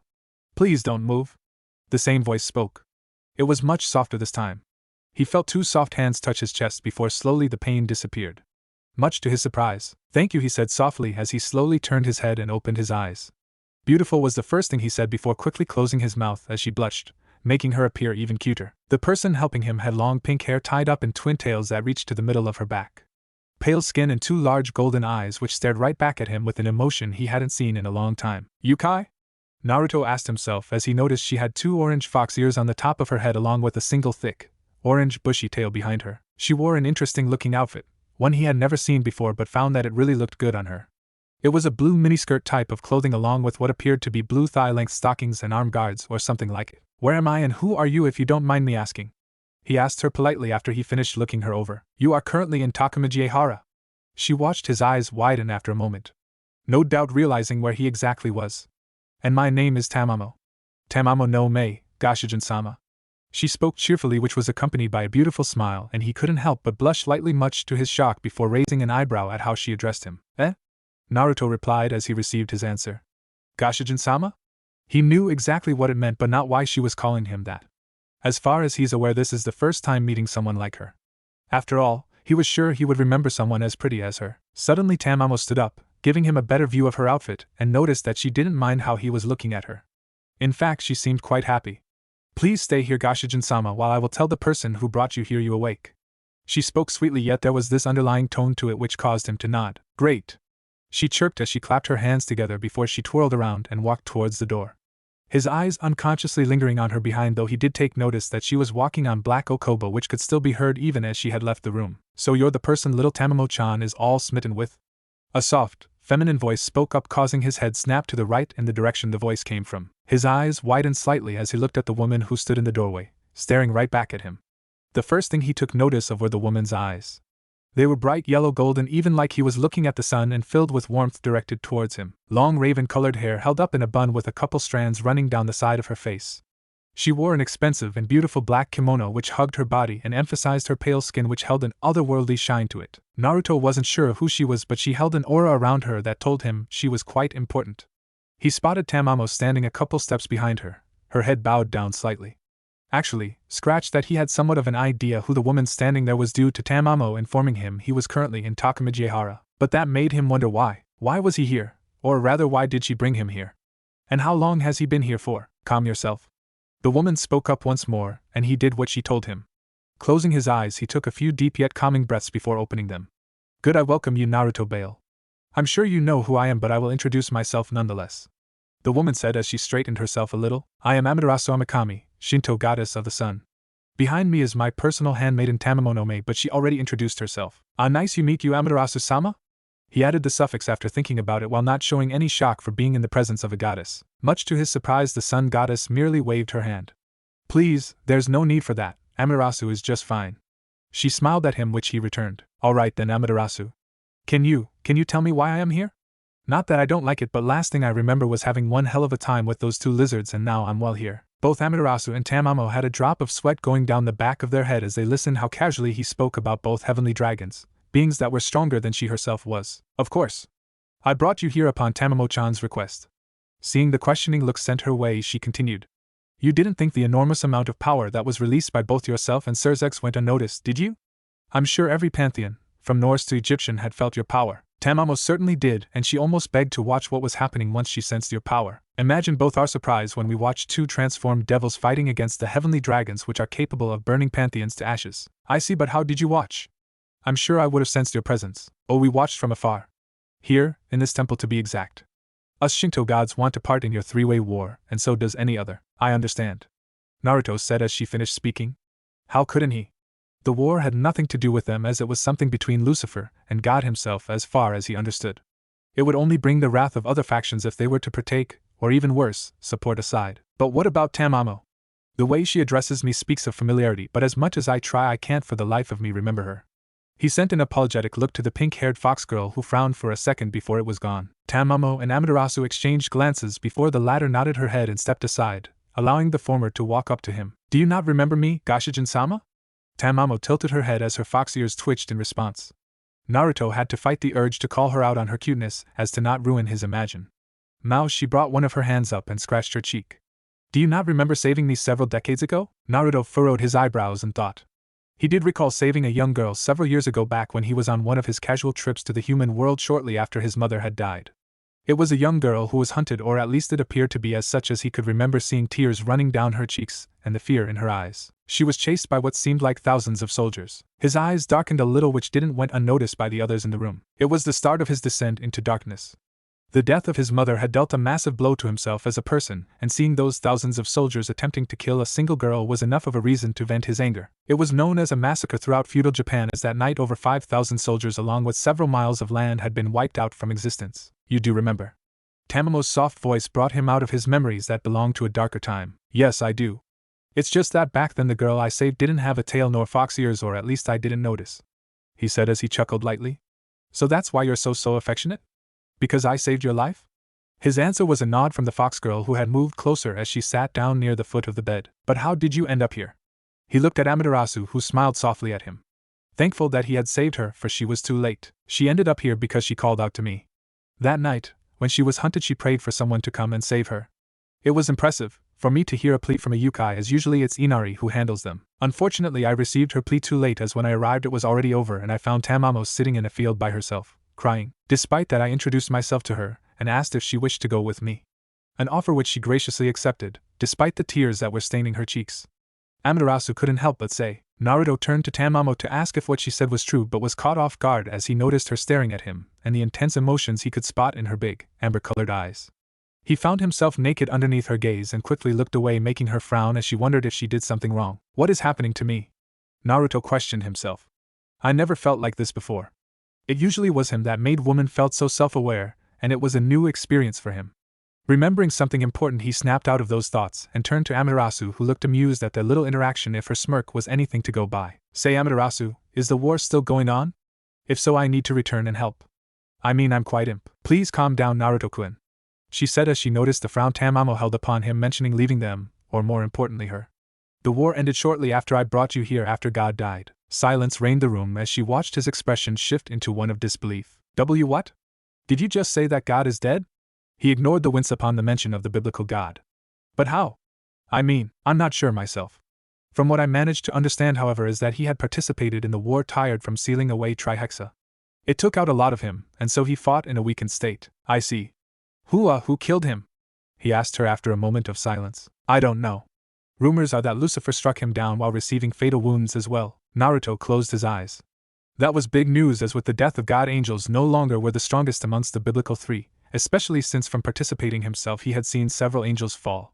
A part of him felt sad though, as now he would never have an opportunity to fight against the man himself. While he knew that God at his best outclassed him several times, it would probably be an interesting fight, especially after the fun he had with the two dragons. Speaking of which, what happened to the heavenly dragons?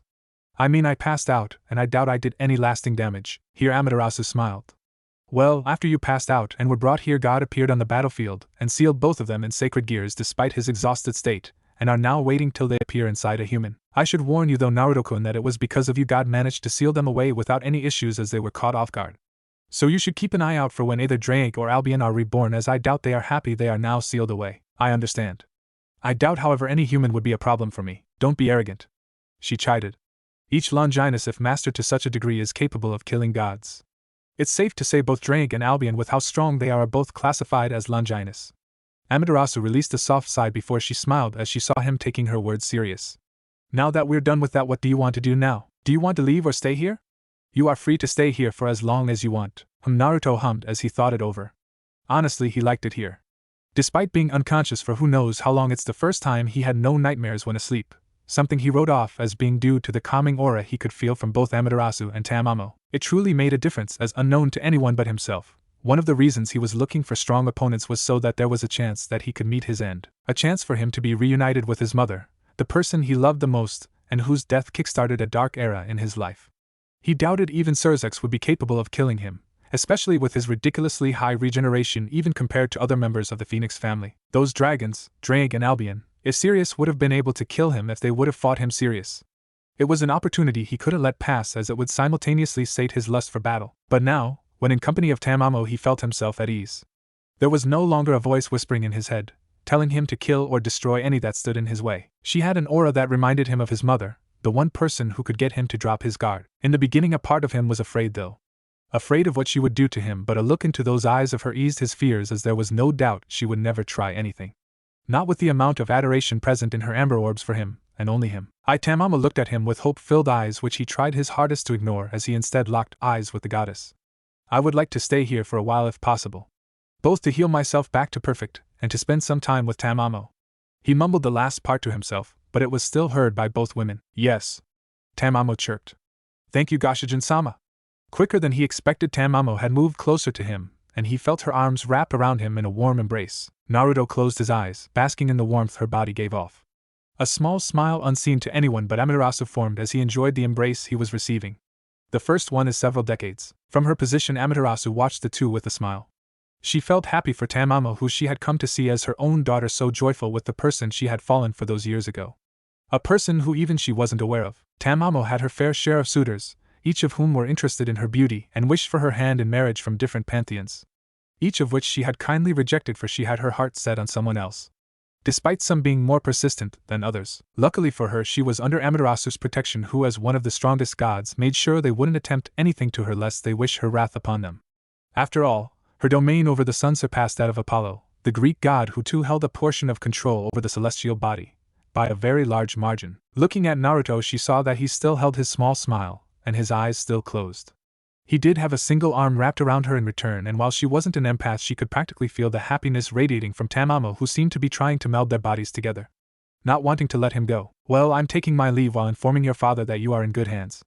Tamamo will keep you company. I doubt she minds that one bit. Receiving no reply, she silently left the room, leaving the two by themselves as she went, and prepared a message for Lord Bale and tell him his son is alive and well. It wouldn't spell anything good for them if they would keep him away. Once Amaterasu left the room, Naruto opened his eyes and glanced downwards, looking at the top of her head where her orange fox ears rested. Tamamo? He called out her name softly, only to not receive any reply. Focusing on her, he noticed her breathing had slowed down as her face was resting against his chest. Surprisingly, she still had her arms locked behind his back as he realized she had fallen asleep.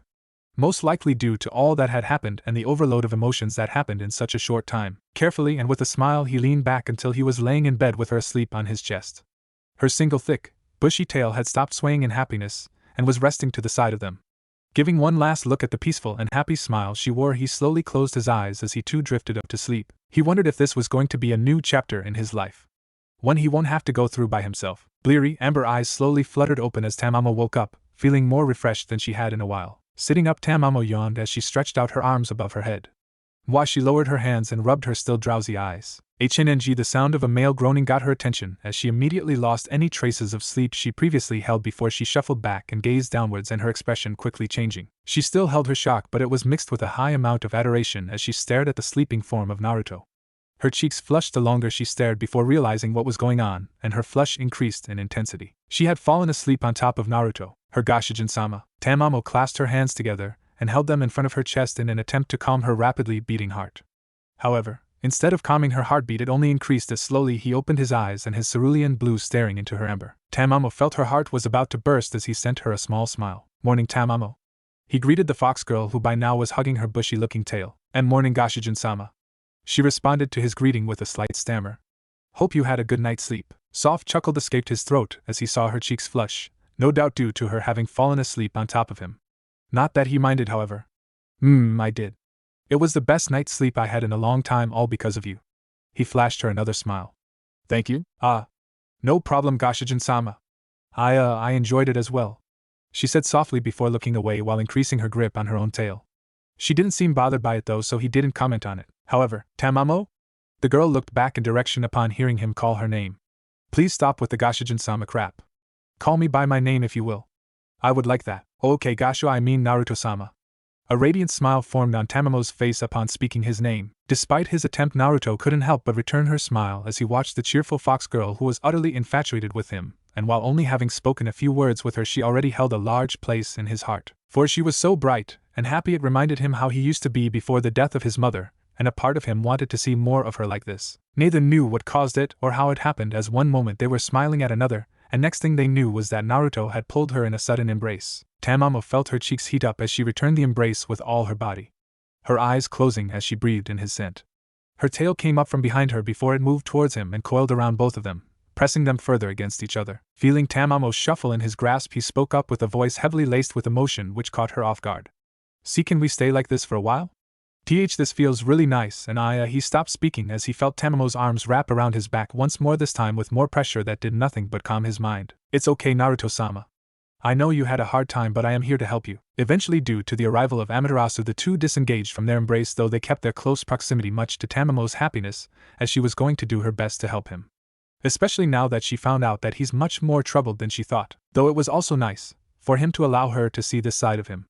A side where he is much more vulnerable, and she understood that he already trusted her enough to pause his usual behavior of acting like nothing could bother him. "Say, is there anything for me to wear?" he asked Tamamo, who turned to him and looked to see he was only wearing a plain short-sleeved shirt and underwear. Blushing, Tamamo ran out the room before returning not even a minute later, this time with a beautiful and expensive-looking kimono which she handed over. "There you go, Naruto-sama. It looks very good on you." He heard her compliment him as she looked him over. "Thank you, Tamamo. Let's head out, any? Don't want to keep Amaterasu waiting." He gestured for her to take the lead as he had no idea which direction they were supposed to be heading. Amaterasu watched, a pleased smile on her face as Naruto was opening up more to Tamamo, who sat as close as she could next to him. Hi, you are quite funny, Naruto-sama." Tamamo giggled. That was something she had noticed as well. Instead of Gashijin-sama, Tamamo was now calling him by his name. Something he was pleased with, she could tell, as no doubt being addressed as Gashijin-sama was not up to his liking. She herself could see where he was coming from. After all, she had told him to drop the sama suffix after her name the moment he used it. Millennia of being addressed so respectful got annoying quite fast. The only ones required to address her in a respectful manner were the gods from other pantheons, as she would not take any disrespect from them. She had to stand her ground or else the other gods would never take her or her threats seriously. Naruto-kun, Amaterasu called as he turned his attention from Tamamo to her. Upon noticing he was looking at her, she continued. I've sent a message to your father, Zekrom Bale, in which I stated that you are in good hands and will be staying here for an undisclosed amount of time. Thank you? He gave a slight bow towards her before he was nudged from his side. Yes, Tamamo? He asked, only to come face to face with a small piece of fish held together by a pair of chopsticks mere centimeters from his face. Raising an eyebrow, he glanced at Tamamo, who nodded with a smile as she nudged them closer to his mouth. Rolling his eyes, he nonetheless parted his lips, allowing her to feed him, which she immediately did. She looked at him expectantly as she watched him chew his food. He swallowed before opening his mouth, and Tamamo took it as a sign to continue feeding him, which she did with great delight. Off to the side, Amaterasu shook her head as she watched their interaction, amused at how quickly Tamamo was pleased when it came to Naruto. But she wouldn't interrupt or stop either of them. It was obvious to her Tamamo did this on her own accord. If he had forced her or anything of such nature, it would be different. But she could see with her own eyes that they were good for another. Tamamo, who seemed to do anything to make him happy, and Naruto, who could use somebody like her in his life. Even if only to keep him from succumbing to darkness, which would spell nothing good for anyone, be they devil or angel. The sound of a chair being moved got both their attention as they turned to Amaterasu, who merely waved at them. Don't bother me, I have to attend my duty that comes with being Amakami of Japan. Once you two are done, ask Tamamo to give you a tour of the place. I'm sure she'd love to. She sent the fox girl a wink. If you need anything, I will be located in my office. Once more ask Tamamo for that. With that, the supreme goddess left the room, and Tamamo quickly went back to feeding her self-appointed master. Days flew by as for Naruto, as he slowly but surely regained his lost power. It was quite interesting, really, how supernatural bodies worked. One could literally fight for hours, some even for days, and with a little rest they would be back to normal.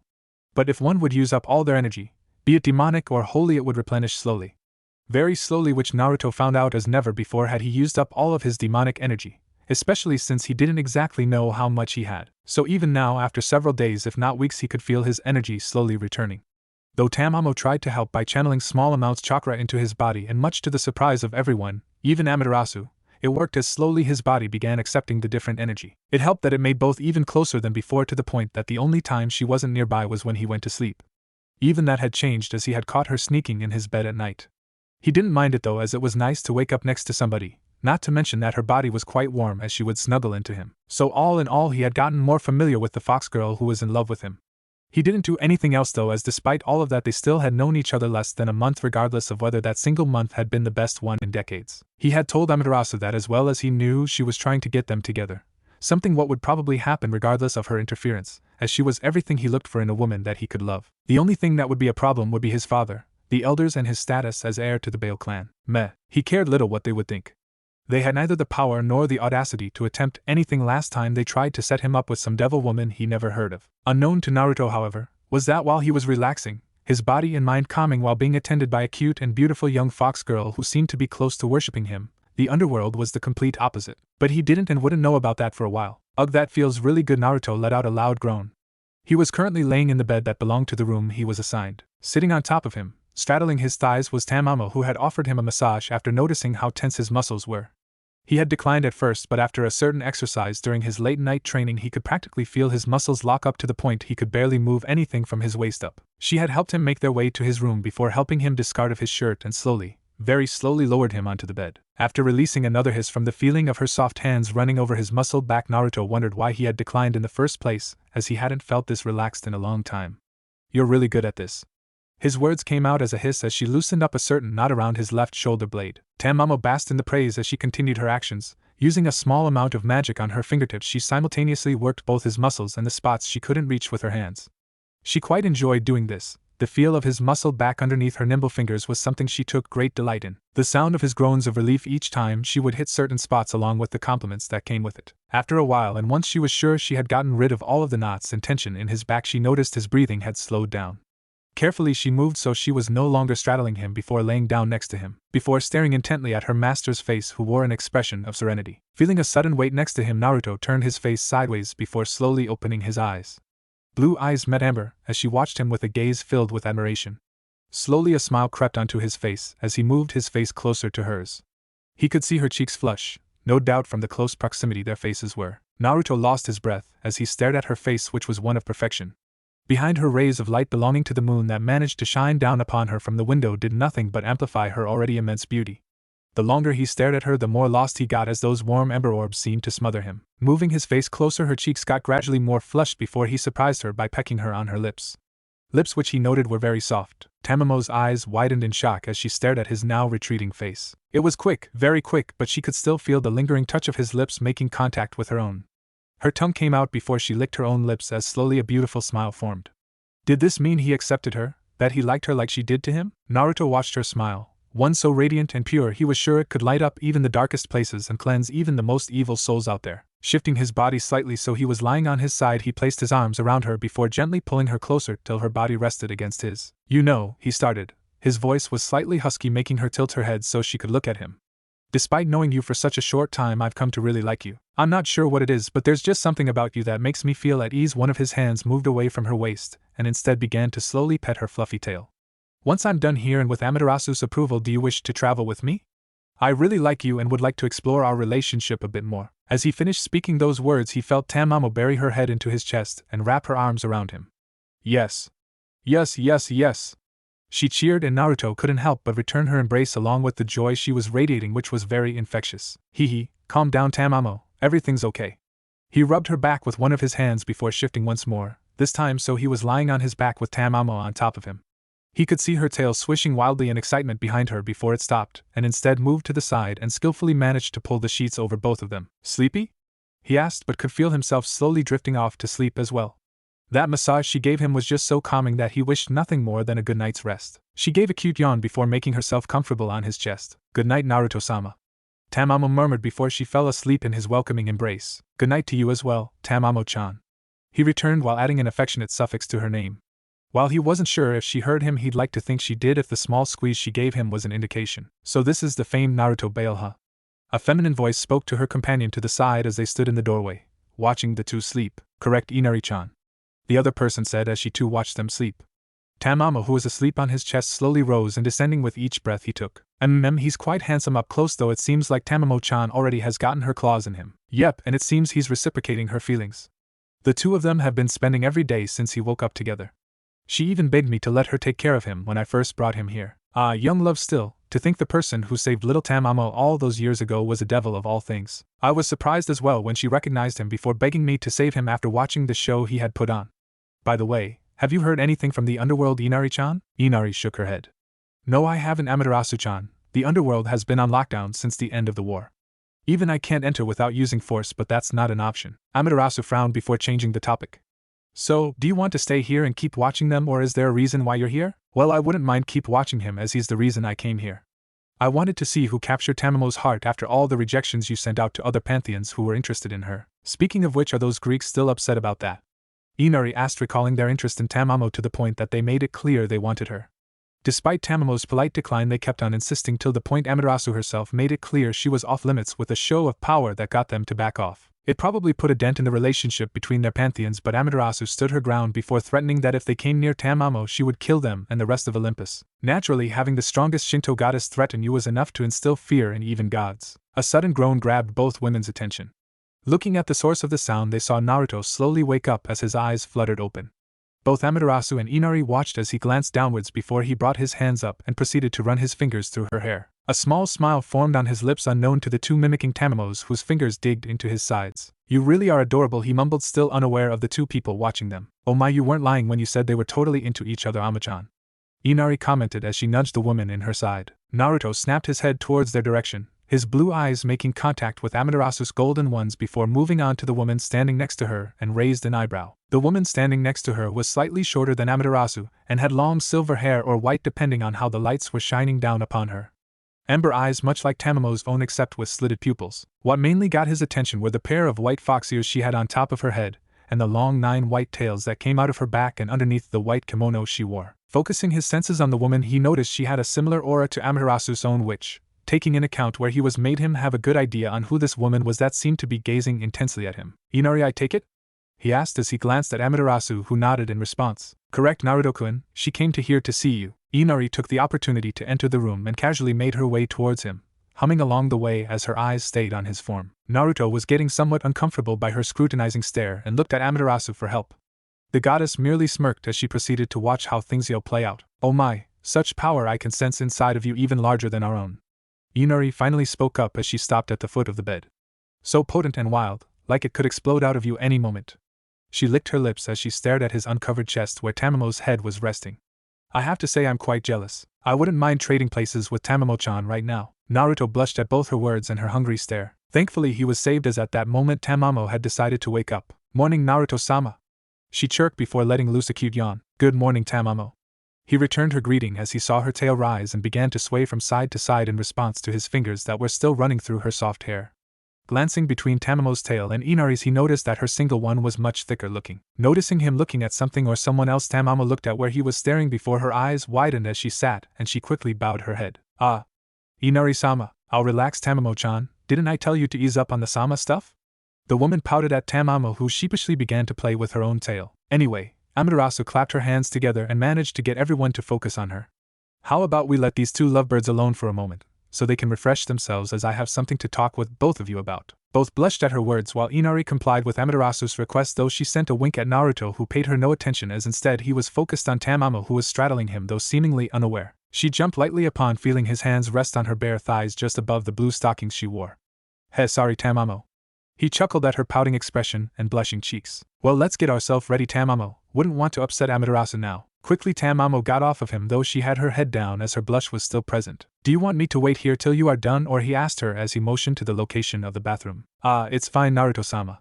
You can come as well. Giving Tamamo a thankful nod, he got out of bed before following her inside the bathroom, where both cleaned themselves before locating Amaterasu, who wished to speak with them. Not even a half hour later, Naruto along with Tamamo were seated in what he presumed was Amaterasu's office. Sitting behind her desk opposite of them was Amaterasu, with Inari standing by her side. Both goddesses held in serious expression, quite opposite of the usual carefree one they sported, and it made Naruto turn serious as well. Tamamo, on the other hand, seemed oblivious to the apparent tension that was in the air, as instead of paying attention to either goddess, she was currently completely focused on Naruto instead. So how about we get started? Amaterasu began as she looked at Naruto. Naruto-kun, I'm afraid to tell you that the underworld is currently in lockdown. I didn't quite believe so myself when Inari first told me, but it has been confirmed that nobody can go in or out. I honestly have no idea why this is happening, so I can't help you any further with that. I see, Naruto replied after a moment of silence. Honestly, I'm not all that bothered with that.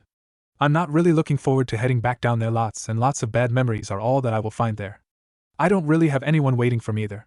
Like, they can live without me. My father knows I'm alive, which is all that matters, so they won't waste resources looking for me. Surzex and the rest can take care of themselves. Aside from them, there's not really anyone else I'm familiar with on a level that warrants for me to return. He scratched his cheek before a scowl formed on his face. Not to mention that if I were to return, no doubt the elders will keep pressuring me about when I'll get married or produce some offspring.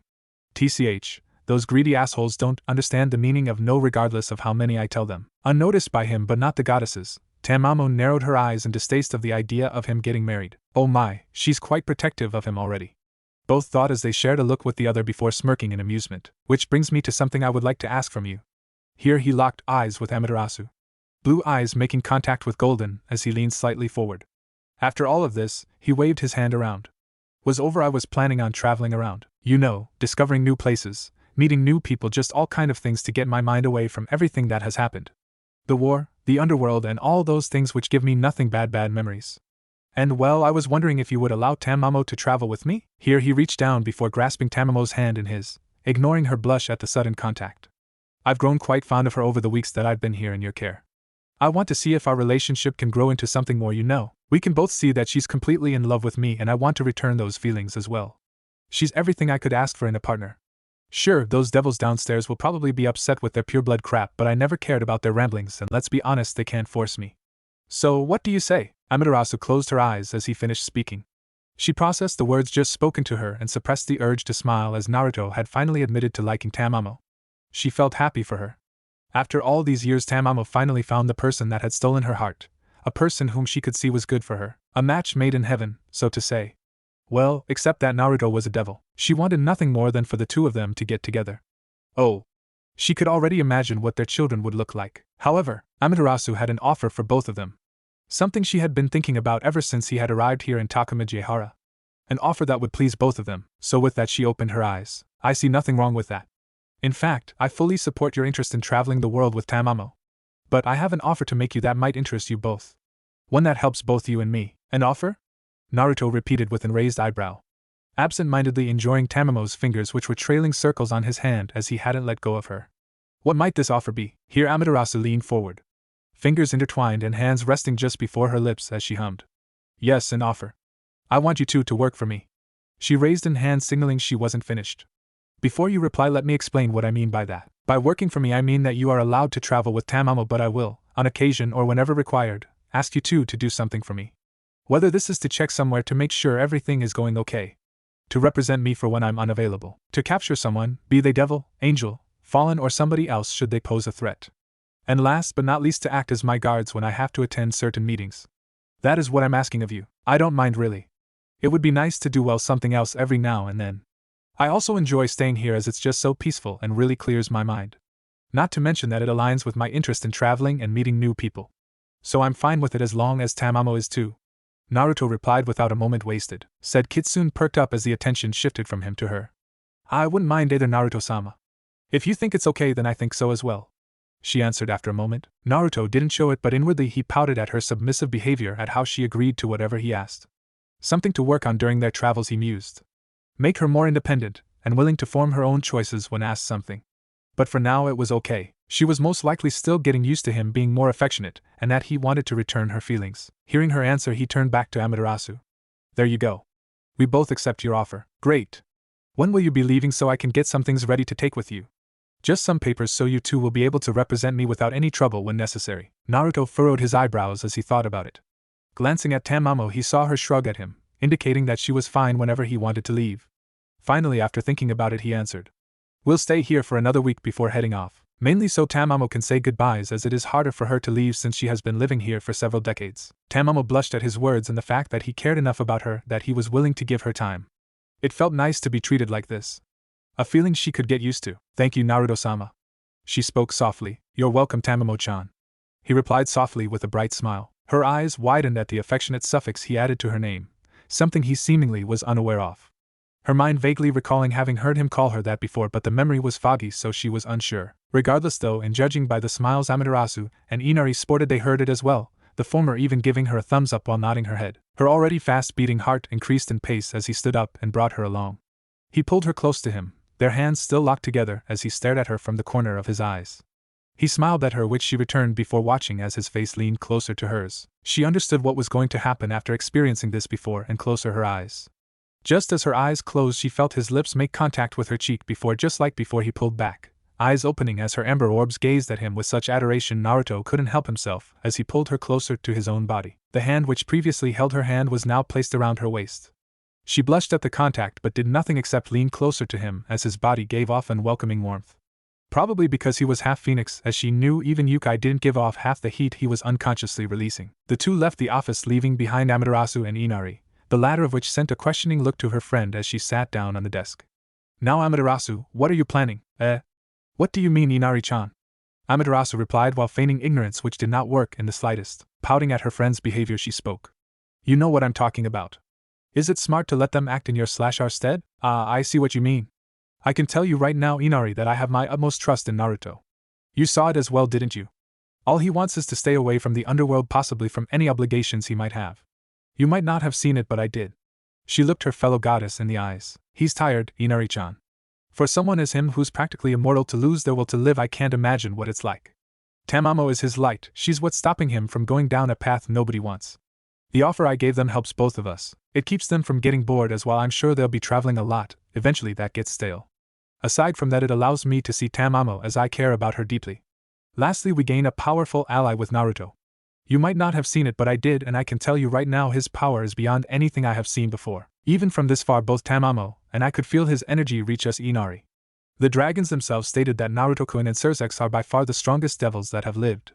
With the biblical god now dead, the devils are currently the strongest of the three big factions, and I doubt that will change anytime soon, if ever. She looked to see if she was still paying attention before continuing. When she did, we both could see Naruto-kun is destined for great things.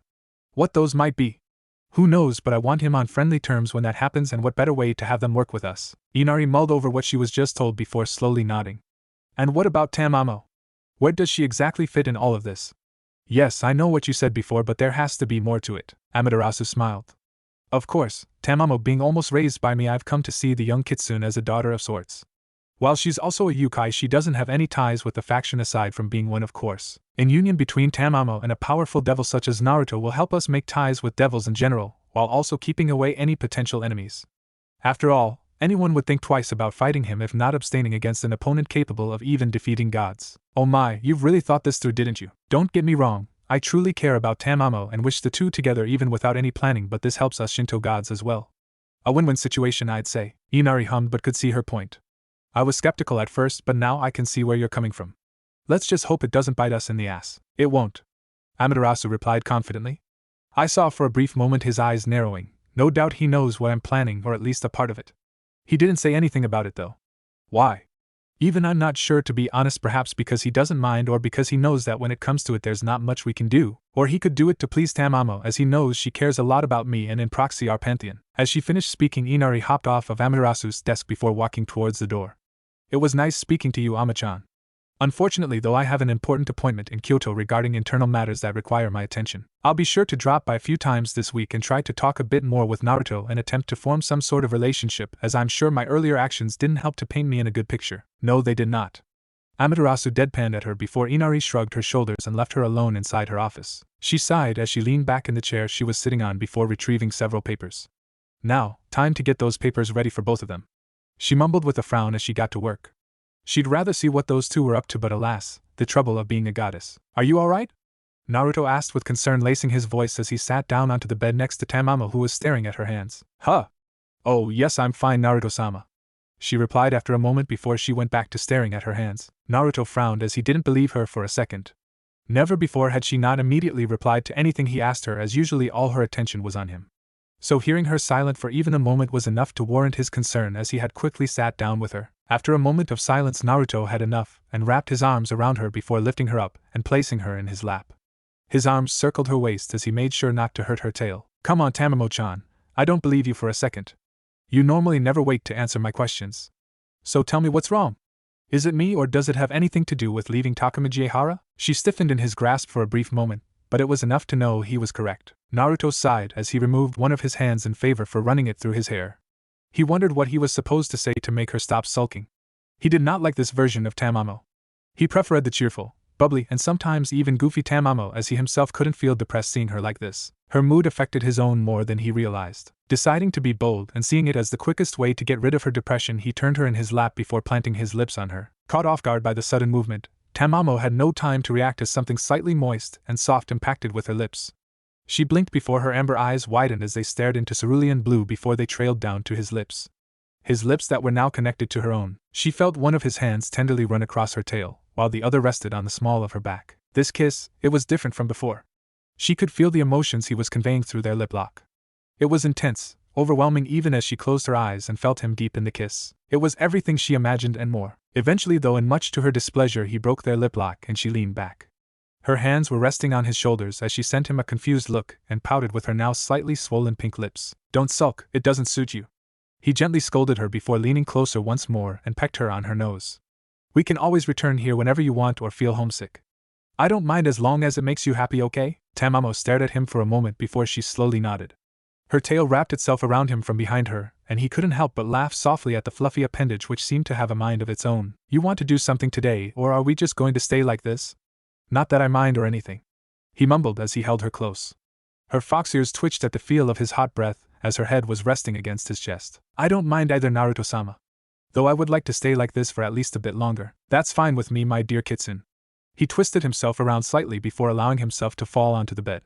Tamamo was brought with him but didn't seem to mind, as she was content as long as he would hold her like he did, and hold her he did, as for the rest of the day they stayed like this, just taking comfort in the other's presence and the knowledge they cared for another. Finally it was time. A week had passed and now they, Tamamo and Naruto, were ready to leave. Tamamo had spent most of the week in company of Amaterasu, with Naruto tagging along every now and then.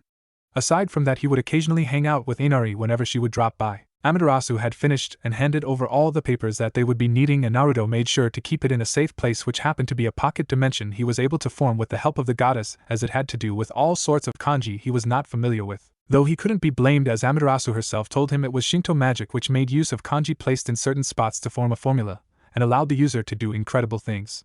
from controlling elements to making barriers and even personal dimensions/pocket dimensions like he had done. It pretty much depended on the person's imagination. Unfortunately, though, it was also one of the harder branches of magic, and Naruto had to agree, as he was shown several pieces of work which looked more like art if he had to be honest. Tamamo apparently was well versed in that branch of magic, and he wondered if she would be willing to teach him about it during their travels. Snapping out of his thought, his eyes moved to his companion, who was currently being smothered by the sun goddess. Though, judging from how her tail was happily swaying from side to side, she seemed to be enjoying it. After a moment of embracing, the other Amaterasu was the first one to break their embrace, as she still held her hands. It's time, Tamamo. Remember that you two are always welcome to visit when you wish to, so don't be a stranger, alright? I can see Naruto cares a lot about you, and that goes likewise for you. So make sure to look out for another, okay? Oh, while I'm sure you two would make cute babies, I think it would be best if you would wait with that for a while. Her last sentence had both Naruto and Tamamo blushing, which caused her to smirk. No, but seriously, I'm not ready to become a grandmother.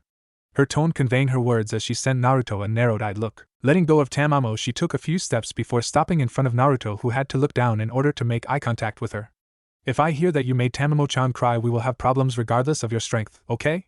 She finished by poking him in the chest, absent-mindedly noticing how muscled he really was. While she had seen him shirtless, only Tamamo had actually gotten to feel just how hard they actually felt. Naruto looked amused by her threat but nodded nonetheless. You have my word that I will do my utmost best to take care of Tamamo and protect her with my life, he said with conviction as they locked gazes for a few seconds. Seemingly satisfied with what she saw, her gaze softened before she pulled him in a hug as well, successfully surprising him before he quickly hugged her back. It's time, she mumbled before she reluctantly let go and stepped back as Tamamo took her place next to Naruto. He placed her hand in his own before a glow encompassed their forms, which slowly got brighter and brighter before it was gone, and so were the two people who stood previously before her. She stared at the spot they previously occupied for a while before releasing a sigh. They were gone, back on Earth for now. She turned around and made her way back in her temple, humming along the way. They were not even a minute gone yet she already missed both of them. Blue eyes peered into the morning sun, which slowly began to rise as it started illuminating the earth in a warm morning glow. The way it shone light down upon the snow, and in turn giving it the appearance like he was looking at an endless field of diamonds, made for an amazing sight. The sound of feet shuffling across the floor reached his ears, yet he didn't move. His eyes kept focused on the orange ball in the distance that broke through the early clouds even as he felt a smaller body press up against him. Morning, Tamamo-chan, you're up early, Naruto eventually said as he turned his head slightly and greeted her.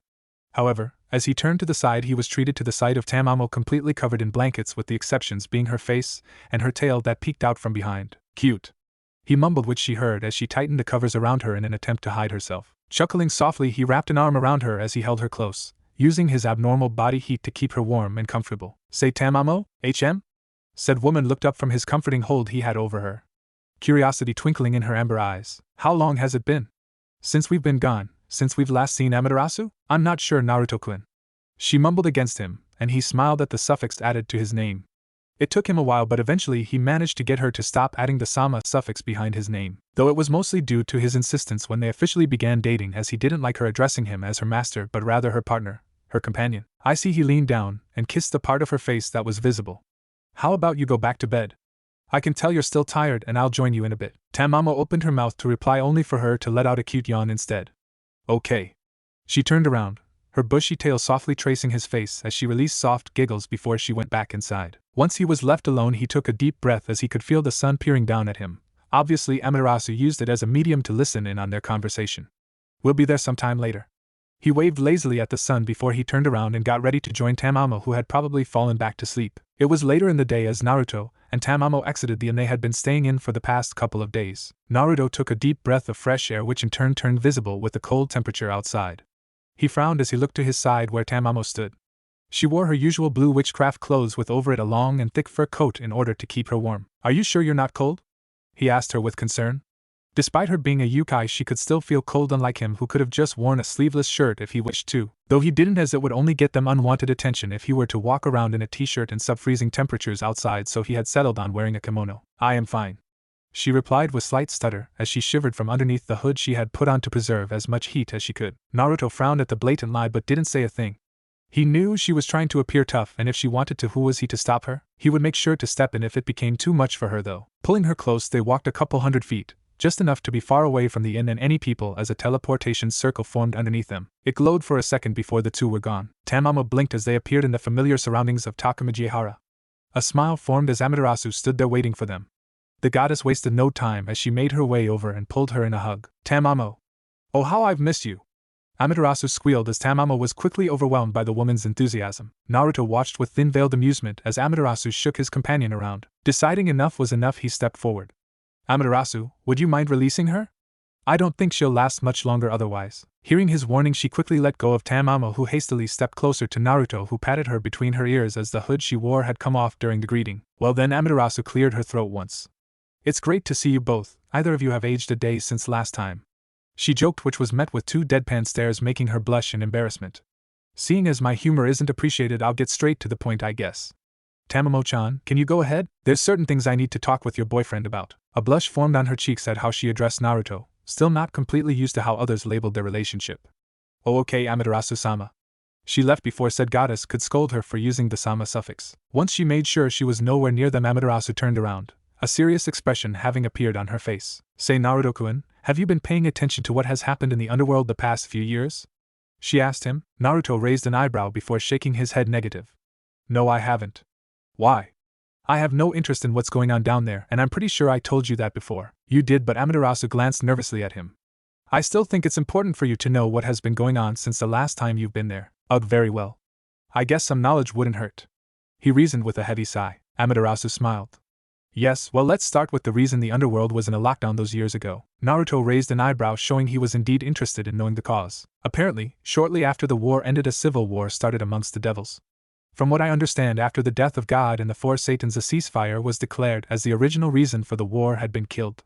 Both heaven and underworld agreed, which automatically made the fallen agree as well. While most were happy the war was over, others were not. Those who weren't were descendants of the original Satans who wished to continue, as without God on their side, heaven would stand no chance, especially against the likes of Surzex and yourself, though you weren't there. This caused a divide between the devils, where there was one side who wished for peace and was named the New Satan faction against those who wished to continue their conquest, whom were labeled as Old Satan faction. Here is where it gets interesting.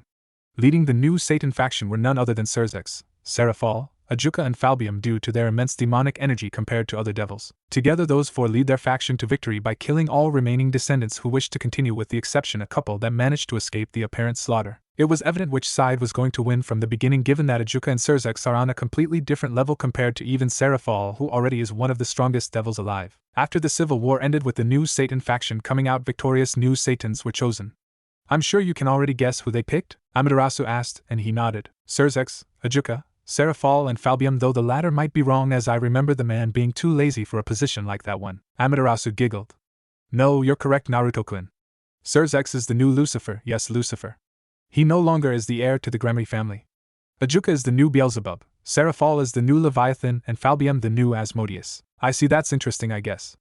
Wonder what would have happened had I been there as well. Ah yes, speaking of that, Amaterasu began nervously. It seems that my message I sent to Lord Bayo wasn't received due to the civil war happening during that time. Surzex, once he was given the position as Lucifer, wasted no time, and has sent out numerous search parties to look for you on insistence of your father. She sighed softly. They want you back, Naruto-kun. You're very valuable both as the heir of the Bayo clan and your unique abilities. I'm sure they want you to reproduce already, especially with the loss of several devil houses due to the war, and in their eyes you're too powerful to be missing. They know you are still out there, and rumors have it elders are pressuring Surzex into putting you on a wanted list for abandoning your duty. TCH, how typical of them. Those old men shouldn't put their nose in other people's business, or one of these days it's going to cost them. He muttered in annoyance. Amaterasu grabbed his hand with her own and began to softly rub circles with her thumb in an attempt to calm him. Naruto raised an eyebrow at the gesture but didn't move away, as it was actually working. Taking a few breaths to quell his rising anger, he looked at the woman holding his hand. What do you suggest I do? I can't really barge in the underworld. Actually I can, but I doubt that'll be a good idea. I could try to talk to my father, but knowing him, he would be against it, and try his hardest to get me to accept the leadership of the clan and subsequently get some pure-blooded devil to marry me, and I don't want that. You know the Bayo clan is all about pure blood, and I can already see what will happen once they see that Tamamo, who I love, is anything but a devil. It will no doubt ruin our reputation, and I can't do that. Ugh. This is so frustrating. He growled out. Not to mention that I wouldn't put it past those pesky elders to hire someone to assassinate Tamamo when I'm not around. You know, I haven't sensed any devils in a while, to be honest, which is weird since they apparently are looking for me, and last time I checked it wasn't very hard to sense my enormous magic reserves, even with me actively suppressing them as much as I can. Amaterasu hummed, and though before her eyes lit up as she looked at him with an idea what might have caused it. It might have something to do with Tamamo, whose scent is overpowering yours. I'm also actively aiding you with hiding your signature, something Inari-chan suggested, as long as you're in Japan, which is how far my influence can reach. Really? I knew you could use the sun as a medium of sorts, but not what exactly you were capable of. Let's head inside and continue our little conversation. Inari should be present as well, as she looked forward to seeing you again. While there we can discuss why I called you here for as well. Seeing no reason to decline her, he shrugged before motioning for her to lead. Neither noticing that she was still holding his hand with her own. Really? Sounds like you two had a lot of fun. Inari commented as she along with Amaterasu listened to both of them tell stories what happened during their travels, though those stories made Amaterasu remember something else she'd like to address. Naruto-kun? The blonde looked at her with a raised eyebrow before signaling for her to continue. Can you please explain why the Greek pantheon is demanding your head for something that has happened between you and Ares? Naruto narrowed his eyes in thought as he tried to remember what might have happened between them. Both Inari and Amaterasu watched as his blue eyes quickly turned cold and a shiver went down their spine due to it. Tamamo had a frown as she too remembered that man and what he tried to do as she unconsciously pressed herself a tad bit closer to him. Are you sure that's what they want? The way he asked that question made it clear that a wrong move was all that it would take to get on his bad side. Why, yes. Amaterasu shook her head as she scolded herself for stuttering. That's what they want to know, demanded from me, or else. Or else what? Nothing, that's how they worded it. Naruto scoffed. Ho? Well, that's not going to happen anytime soon. Ares had it coming as the arrogant fucker tried to force Tamamo into doing something she did not want to. Heh, fool thought he would stand a chance against me. He chuckled amused. You should have seen him once I was done with him. Cocky little brat could barely be recognized even with his advanced healing. I was honestly debating on whether or not I should kill him then and there, but luckily for him Tamamo was able to stop me. He turned serious as he stared straight at Amaterasu. Tell Zeus or whomever that if he wants my head, so to speak, he should get it himself, though I might blow up Olympus on accident, and if I see Ares once more I will eradicate him from existence along with every time he reforms.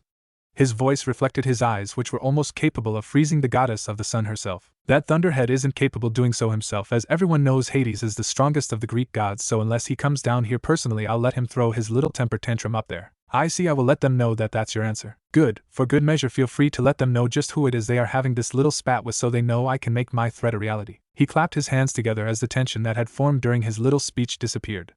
Now how about you tell us why you wanted us here? Oh yes, I almost forget, Amaterasu chuckled as the rest sweat dropped at her. In a few days I will be heading out to Kyoto to discuss certain agreements in order to continue giving the Yukai our support. Inari will be with me as well, though I'd like for you two to come with me too. It will be a good opportunity to have Tamamo meet other Yukai and introduce you two properly. Naruto and Tamamo shared a glance before the former turned to the sun goddess. That's fine with us. To be honest, we were planning on heading to Kyoto next, so this works out perfectly. Good. Amaterasu murmured. How about you two head out to your room? It's the same one as you had last time you've been here while I get someone to prepare us some food. I'm sure you're all quite hungry. As if that was some unseen signal, Naruto's stomach made itself known as it growled, much to his embarrassment. Fine. Actually, he looked at Tamamo. How about you go ahead? I have some personal things to ask these two. Tamamo looked at him for a moment before nodding her head. Okay, don't be gone for too long, alright? Naruto nodded back before kissing her on the lips, earning a smile from her as she stood up and walked off. What did you want to ask us? Inari spoke up as her ivory tails casually swayed behind her. Naruto took a deep breath before he began explaining about these weird dreams he had been experiencing the past months. I had these type of dreams, if not outright nightmares, before, haunting me for years, but eventually went away after meeting Tamamo. I had nothing but pleasant nights of sleep for a long time with her next to me, but out of nowhere it suddenly changed. He frowned before continuing. I find myself suddenly awake in this endless white room. I guess that's how I would describe it. Anyway, the problem is that each time I'm not alone. There's this man, he's old, or at least appears old. He has pale skin with shoulder length, spiky brown hair and horns protruding from his forehead? Yeah, I'm not sure either, but aside from that he's clad in a long white kimono with several black magatama around the collar. Though the most interesting feature are the man's eyes. They're purple with rings, or rather ripples, in them. What bothers me the most is the man's stare, which is always focused on me. It's like he's sorry for something while at the same time expectant. He looked at both Inari and Amaterasu to see both paying rapt attention to his words. That's pretty much all there is. I don't know who he is, and I know I've never seen someone like that man before, as his unique features would make it hard to forget. So I'm asking if either of you know who this person is, as from his appearance I would have guessed he'd belong to the Shinto pantheon. The two goddesses were silent for a moment before Inari spoke. Naruto-kun, did this person ever told you his name? He shook his head.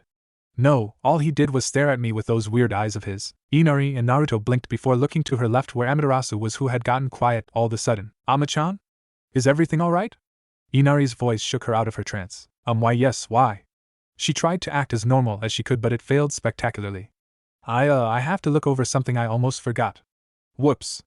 She quickly withdrew herself as she walked off. Both Devil and Kyubi looked at another with confusion visible in their eyes on what just happened. I'm going to check up on Amaterasu, she drawled before quickly running after her. He stared at her retreating form for a few seconds before making his way to where he could sense Tamamo was at. A couple days later, Amaterasu, Inari, Naruto, and Tamamo could be seen entering Kyoto. It had been a few days since Amaterasu's weird behavior, though she returned to her usual self by the time dinner was served. Naruto had no idea why she had acted that way but knew Inari had helped in getting her to act normal. Aside from that, Naruto and Tamamo had spent the days just hanging out with both goddesses who enjoyed their company.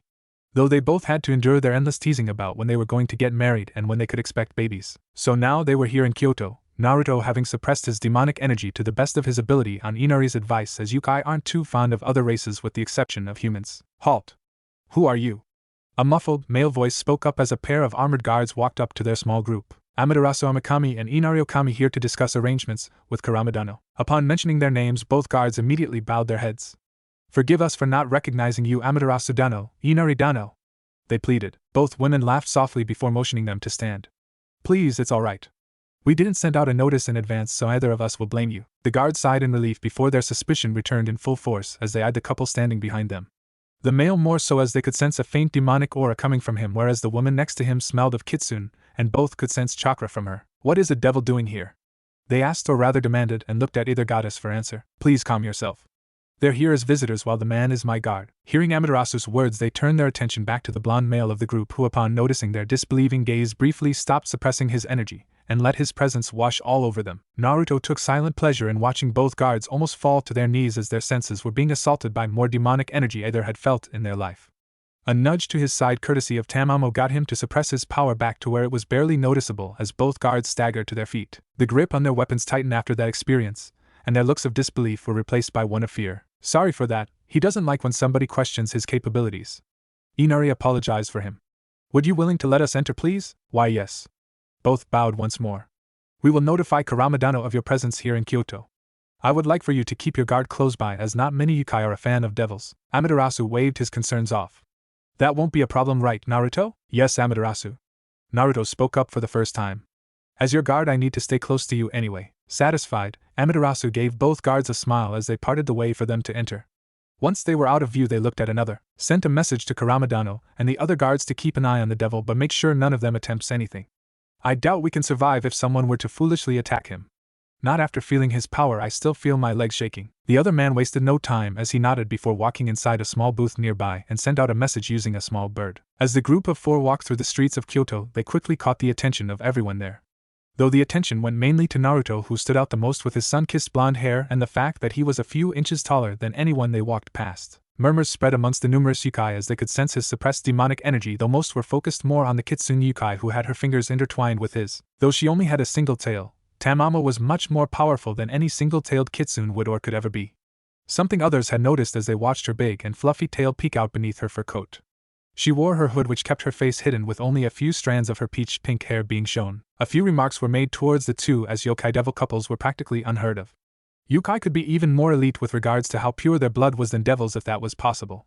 They kept their distance from the three big factions, and even human yokai couples were rare to see and often looked down on. Feeling Tamamo increase her grip on his hand, he glared at some of the people looking at them, his eyes flashing from blue to red as he released a small, in his opinion at least, pulse of demonic energy, enough for the yokai to feel a shiver run down their spine. Tamamo smiled as she felt him press her closer to him.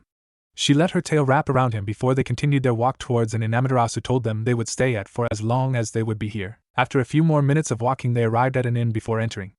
Amaterasu and Inari first, with them quickly behind. Upon entering, they immediately noticed how warm it was compared to outside, and Tamamo quickly pulled back the hood she had over her head, allowing everyone to see her face. Her pink hair that flowed freely and perfectly framed her face, along with the orange fox ears that peeked out of her hair on top of her head, gave her a cute appearance.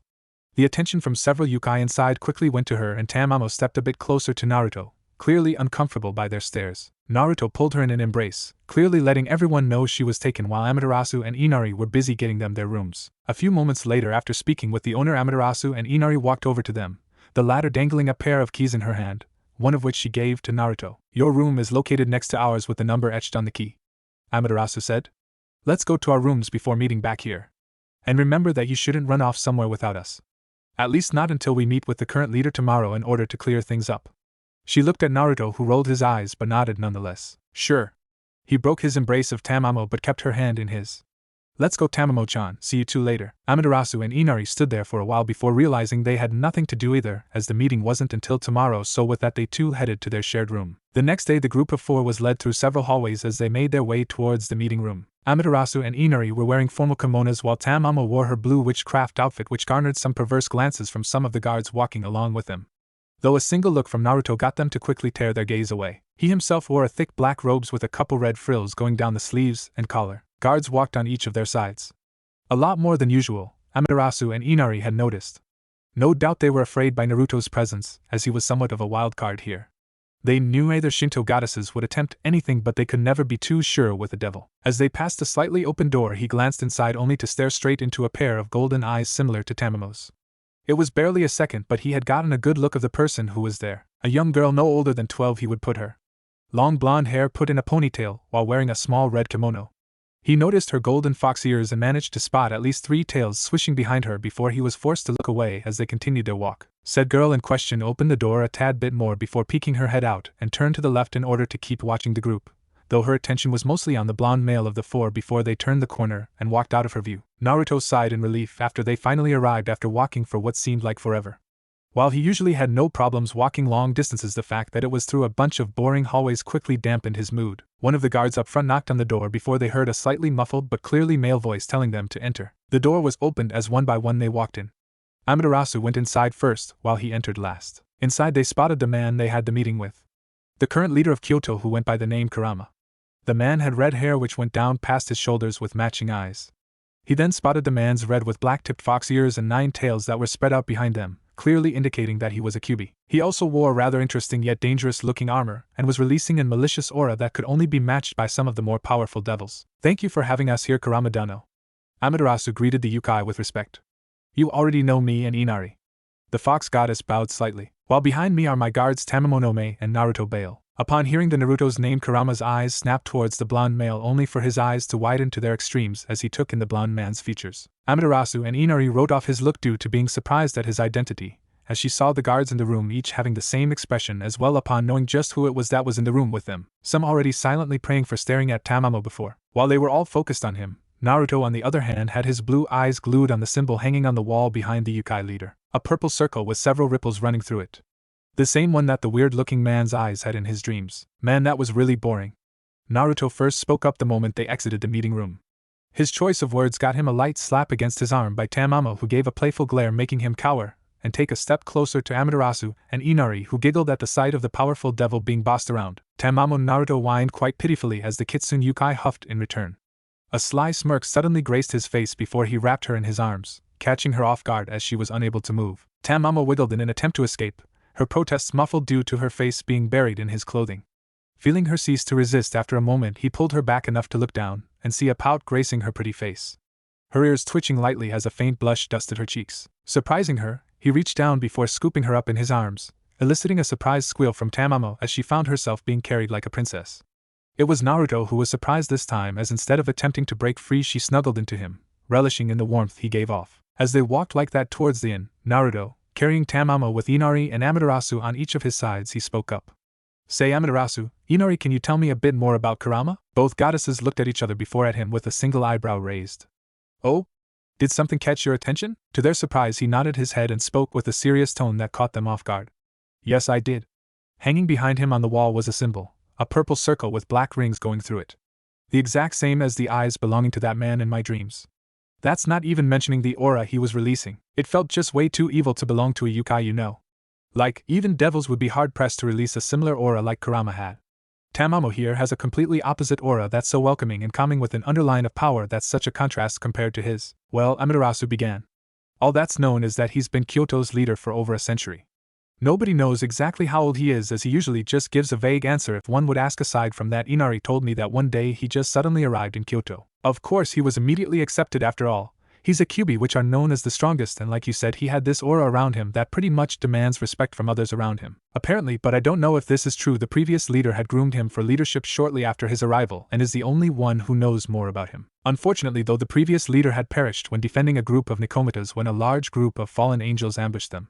He was old though, easily several centuries, and as a result was no longer at his prime, which led to his demise, though that was after he managed to get every one of the Nikomatas to safety. His actions are one of the main reasons Nikomatas have settled in Kyoto even to this day, and while the previous leader is still praised for his actions to this day for bringing in many clans, none of the other yokai can deny that having Kurama as their leader has been the best thing that has happened to Kyoto as a whole. He's as strong as high ultimate class devils, easily capable of destroying entire cities with his unique Bijudama, which he had revealed is a compressed ball of pure chakra, a attack unique to only himself. He's capable of fighting off opponents as high as 10 winged angels and fallen, and even minor gods such as Ares will have a tough time fighting him. Interesting, so the aura isn't just intimidation factor, huh? Naruto mumbled mainly to himself, though it wasn't missed by either women. Well, it is, it's just much more effective against yokai who are able to sense his chakra. It helps with keeping challengers away, you know. After all, who wants to fight against a Kyuubi who reeks of blood and holds an aura that promises death? I wouldn't be opposed to it.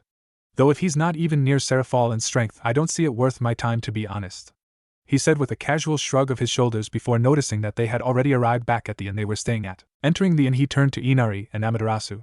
Tamamo and I will be in our room doing stuff. We'll be out in time to get some dinner so you two can look over the contract once more, he said before wishing them goodbye as he made his way to their shared room. Okay, that's fine, don't make too much noise though, there are other people staying here, Inari called out to him, taking pleasure in seeing him falter in his steps. Tamamo buried her face into his clothing in an attempt to hide herself from the looks sent their way courtesy of the fox goddess. Regaining his footing, he increased the pace before quickly entering their room and gently placing Tamamo on their bed.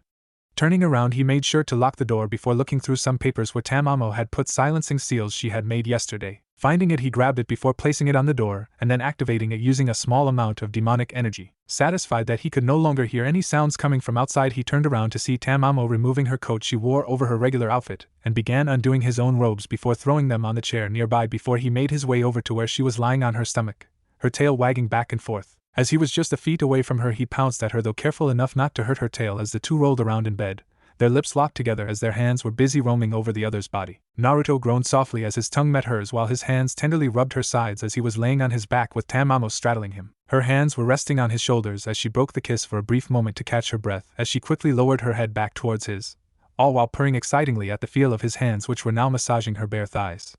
Stopping just at her blue stockings before moving back up, shifting himself so he was now sitting on the bed with Tamamo still in his lap. His hands traveled upwards before they began tugging on the obi that kept her top secure in an attempt to remove it. Breaking the lip lock and leaving Tamamo panting heavily, he trailed down a trail of kisses to her neck before sucking and biting on a certain sensitive spot he knew she had, all while growling in slight annoyance, as her obi didn't want to come loose. Tamamo didn't notice his annoyance, as she enjoyed what he was doing to her as she ran her fingers through his blonde locks which felt like feathers to her touch. Feeling his canines slightly enter her skin, she whimpered as she was pulled out of her daze and could feel him tugging on her obi. Placing her hands back on his shoulders, she pushed him back, earning a confused look from the blonde, which she returned with a seductive smirk as she reached behind her and, much to his annoyance, loosened her obi with a single flick of her wrist. Naruto propped himself up using his elbows, eyes watching intently as she removed her chest piece, revealing her naked skin with the exception of her which were covered by bandages. He remembered the first time he saw her like this. He was honestly surprised with just big her were, as her outfit kept them secured quite well, the chest wrappings giving the illusion they were much smaller than they actually were. Undoing her bandages with a small blush as she noticed his intense stare which was focused on her face instead of her, she let them free, though quickly covered them with her arm as she threw the bindings to the side. Naruto leaned up, tasting her supple lips once more as one of his hands grabbed the one covering her before pulling it to the side. He broke the kiss as blue eyes stared into amber ones, their foreheads resting against the other as both were breathing heavily. Beautiful as ever, he breathed out as he quickly pecked her lips, making her pout cutely as she was unable to savor his lips. His words were true as he just stared at her. His hand came up and cupped her cheek. She was perfect. He loved everything about her and was not afraid to tell her that. From the moment he laid his eyes on her, he knew that they were perfect for another. Like yin and yang, they completed each other. I love you, Tamamo, now and forever. He smiled softly as he saw a single tear trickle down from her eye, a tear that signified her happiness at hearing his words. Unable to hold in her emotions, Tamamo smashed her lips against his.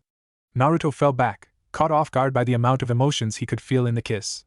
Tamamo fell on top of him as he felt her tongue explore his mouth. As lust overtook both of them, the rest of their clothes joined the ground as they lost themselves in the pleasure the other provided. Naruto hummed softly. He was laying on the bed, naked as the day he was born. Laying on top of him was the sweaty form of Tamamo, clad in only her blue stockings. She wore a content smile as she purred softly from his hands which were combing through her tail. Hey Tamamo, the fox girl hummed softly upon hearing her same, her head tilting slightly upwards, prompting him to continue. I'm thinking about visiting the underworld sometime soon. His words made her perk up, a questioning expression on her face as she wondered where that came from. She knew he didn't want to go back there, as he had stated several times during conversations they had. Why? Well, I have this feeling, like something bad is going to happen. I'm not sure how to explain it, to be honest.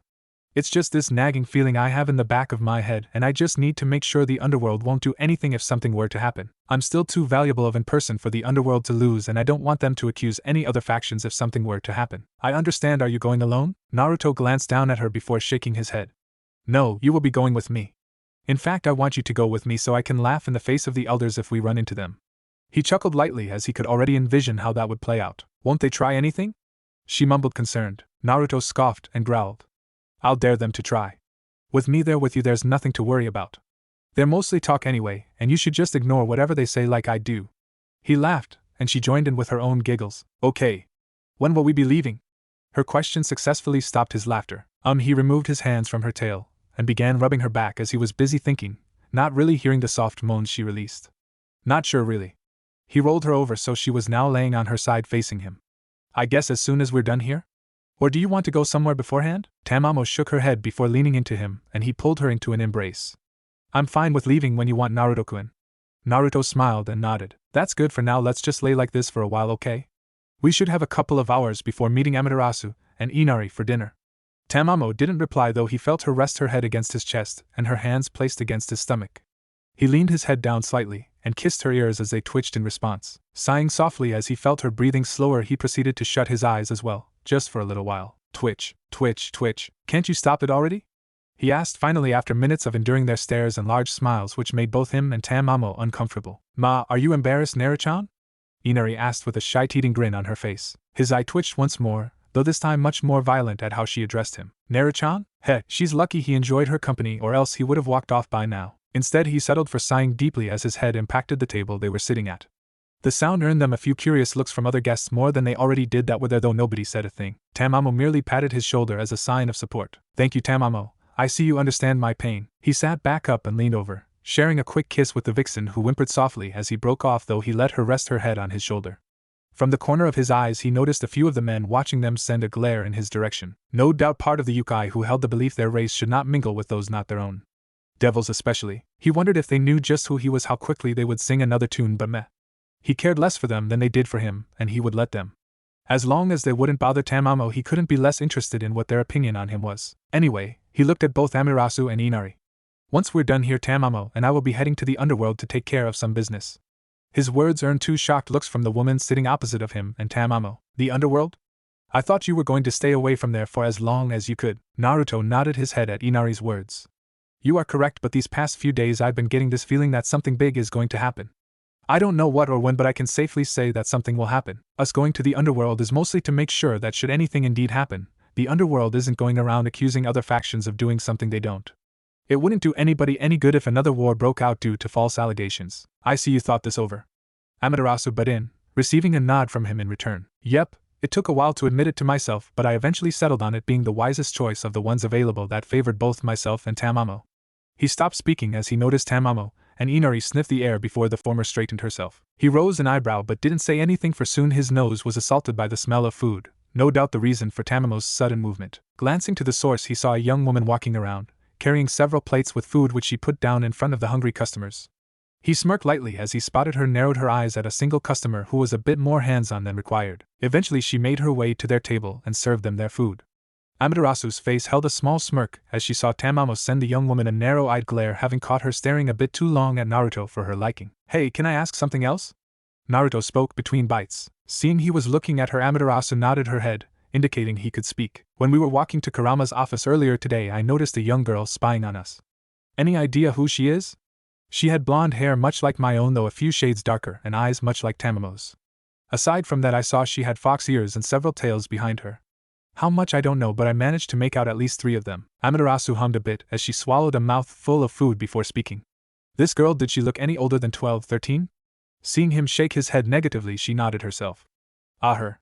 She's a young kitsune yukai called Yasaka. Not a whole lot is known as Kurama keeps her protected, but what I can tell you is that her parents both died early in her life, and is now raised by Kurama. Interesting. He mused, satisfied by the information she provided. They finished the rest of their dinner in mostly silence. The only exception being the small chatter that happened when Inari brought up certain topics about him which he answered with ease. Today was the day. Today he and Tamamo would go to the underworld for the first time in over a decade. They had spent a couple more days here just enjoying Kyoto in general. Honestly, it would be a nice place to live for a while if it wasn't for the blatant racism shown by the yokai that lived here. Even with Kurama around, who had insisted on getting to know them better, did little to stop their words. And while he wasn't really bothered by their words, he couldn't say the same for Tamamo. He had seen the hurt flash across her eyes whenever they would call her names, when they called her a betrayer of their race for being intimate with the devil of all beings. It had taken a lot of self-control and Tamamo telling him to ignore them to not hurt them. While he conceded with her pleading, it didn't mean he did not give Kurama the same treatment. Oh no, not at all. He and the Kyoto leader had exchanged several words. Most of them were him telling him to make sure to keep a leash on his people. His words weren't received well though, as Kurama had responded by flaring his aura. Had he been a high-class devil or some other yokai, he would probably be shivering upon the feeling of danger the nine-tailed yokai radiated. But he was not. He was Naruto Bale, a devil of unparalleled power capable of reducing Kyoto to ashes with a mere flick of his fingers.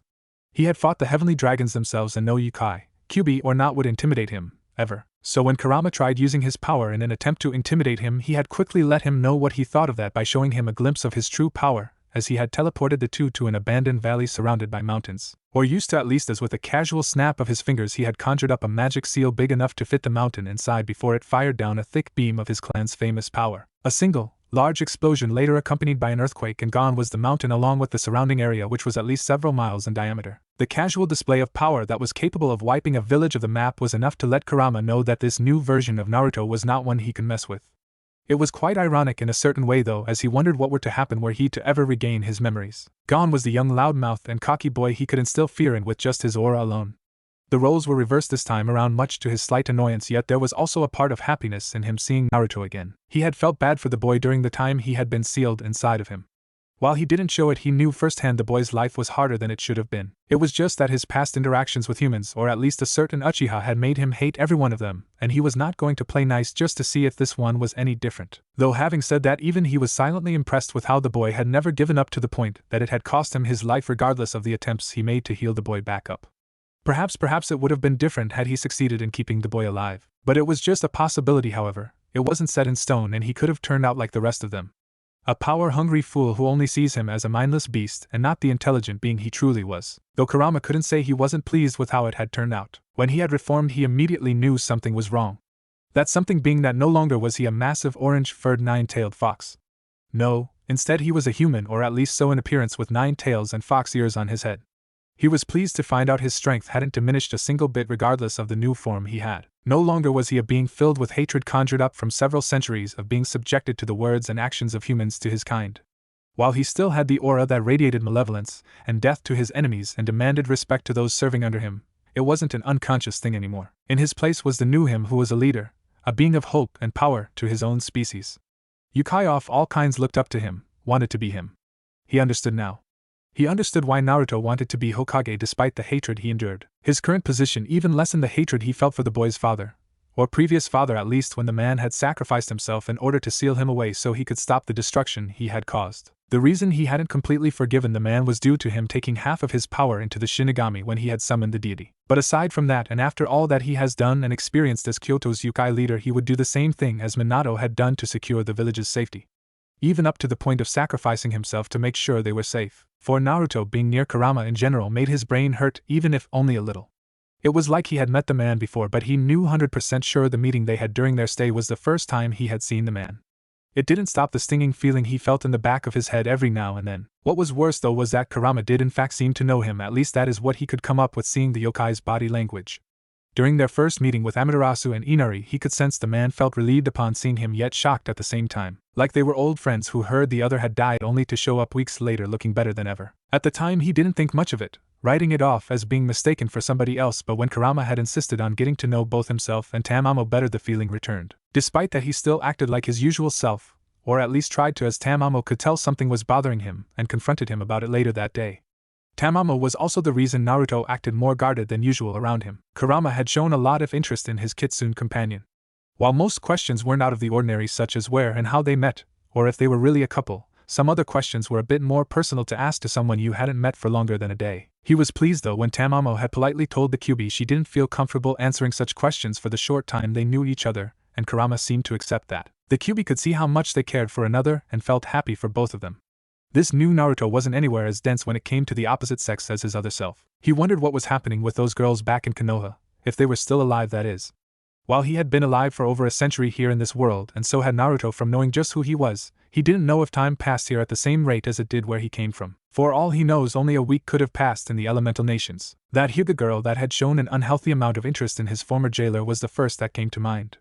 While she wasn't a bad choice and had Naruto survived that day, and he was still inside of him, he wouldn't mind seeing the two get together. Even if the girl was a bit too meek for his liking, Naruto, not used to female interactions, had no such thoughts. Though he still didn't quite see where the girl's infatuation with Naruto came from, as he couldn't recall even a single conversation Naruto had with the Hyuga girl. What did the Hyuga girl expect to happen?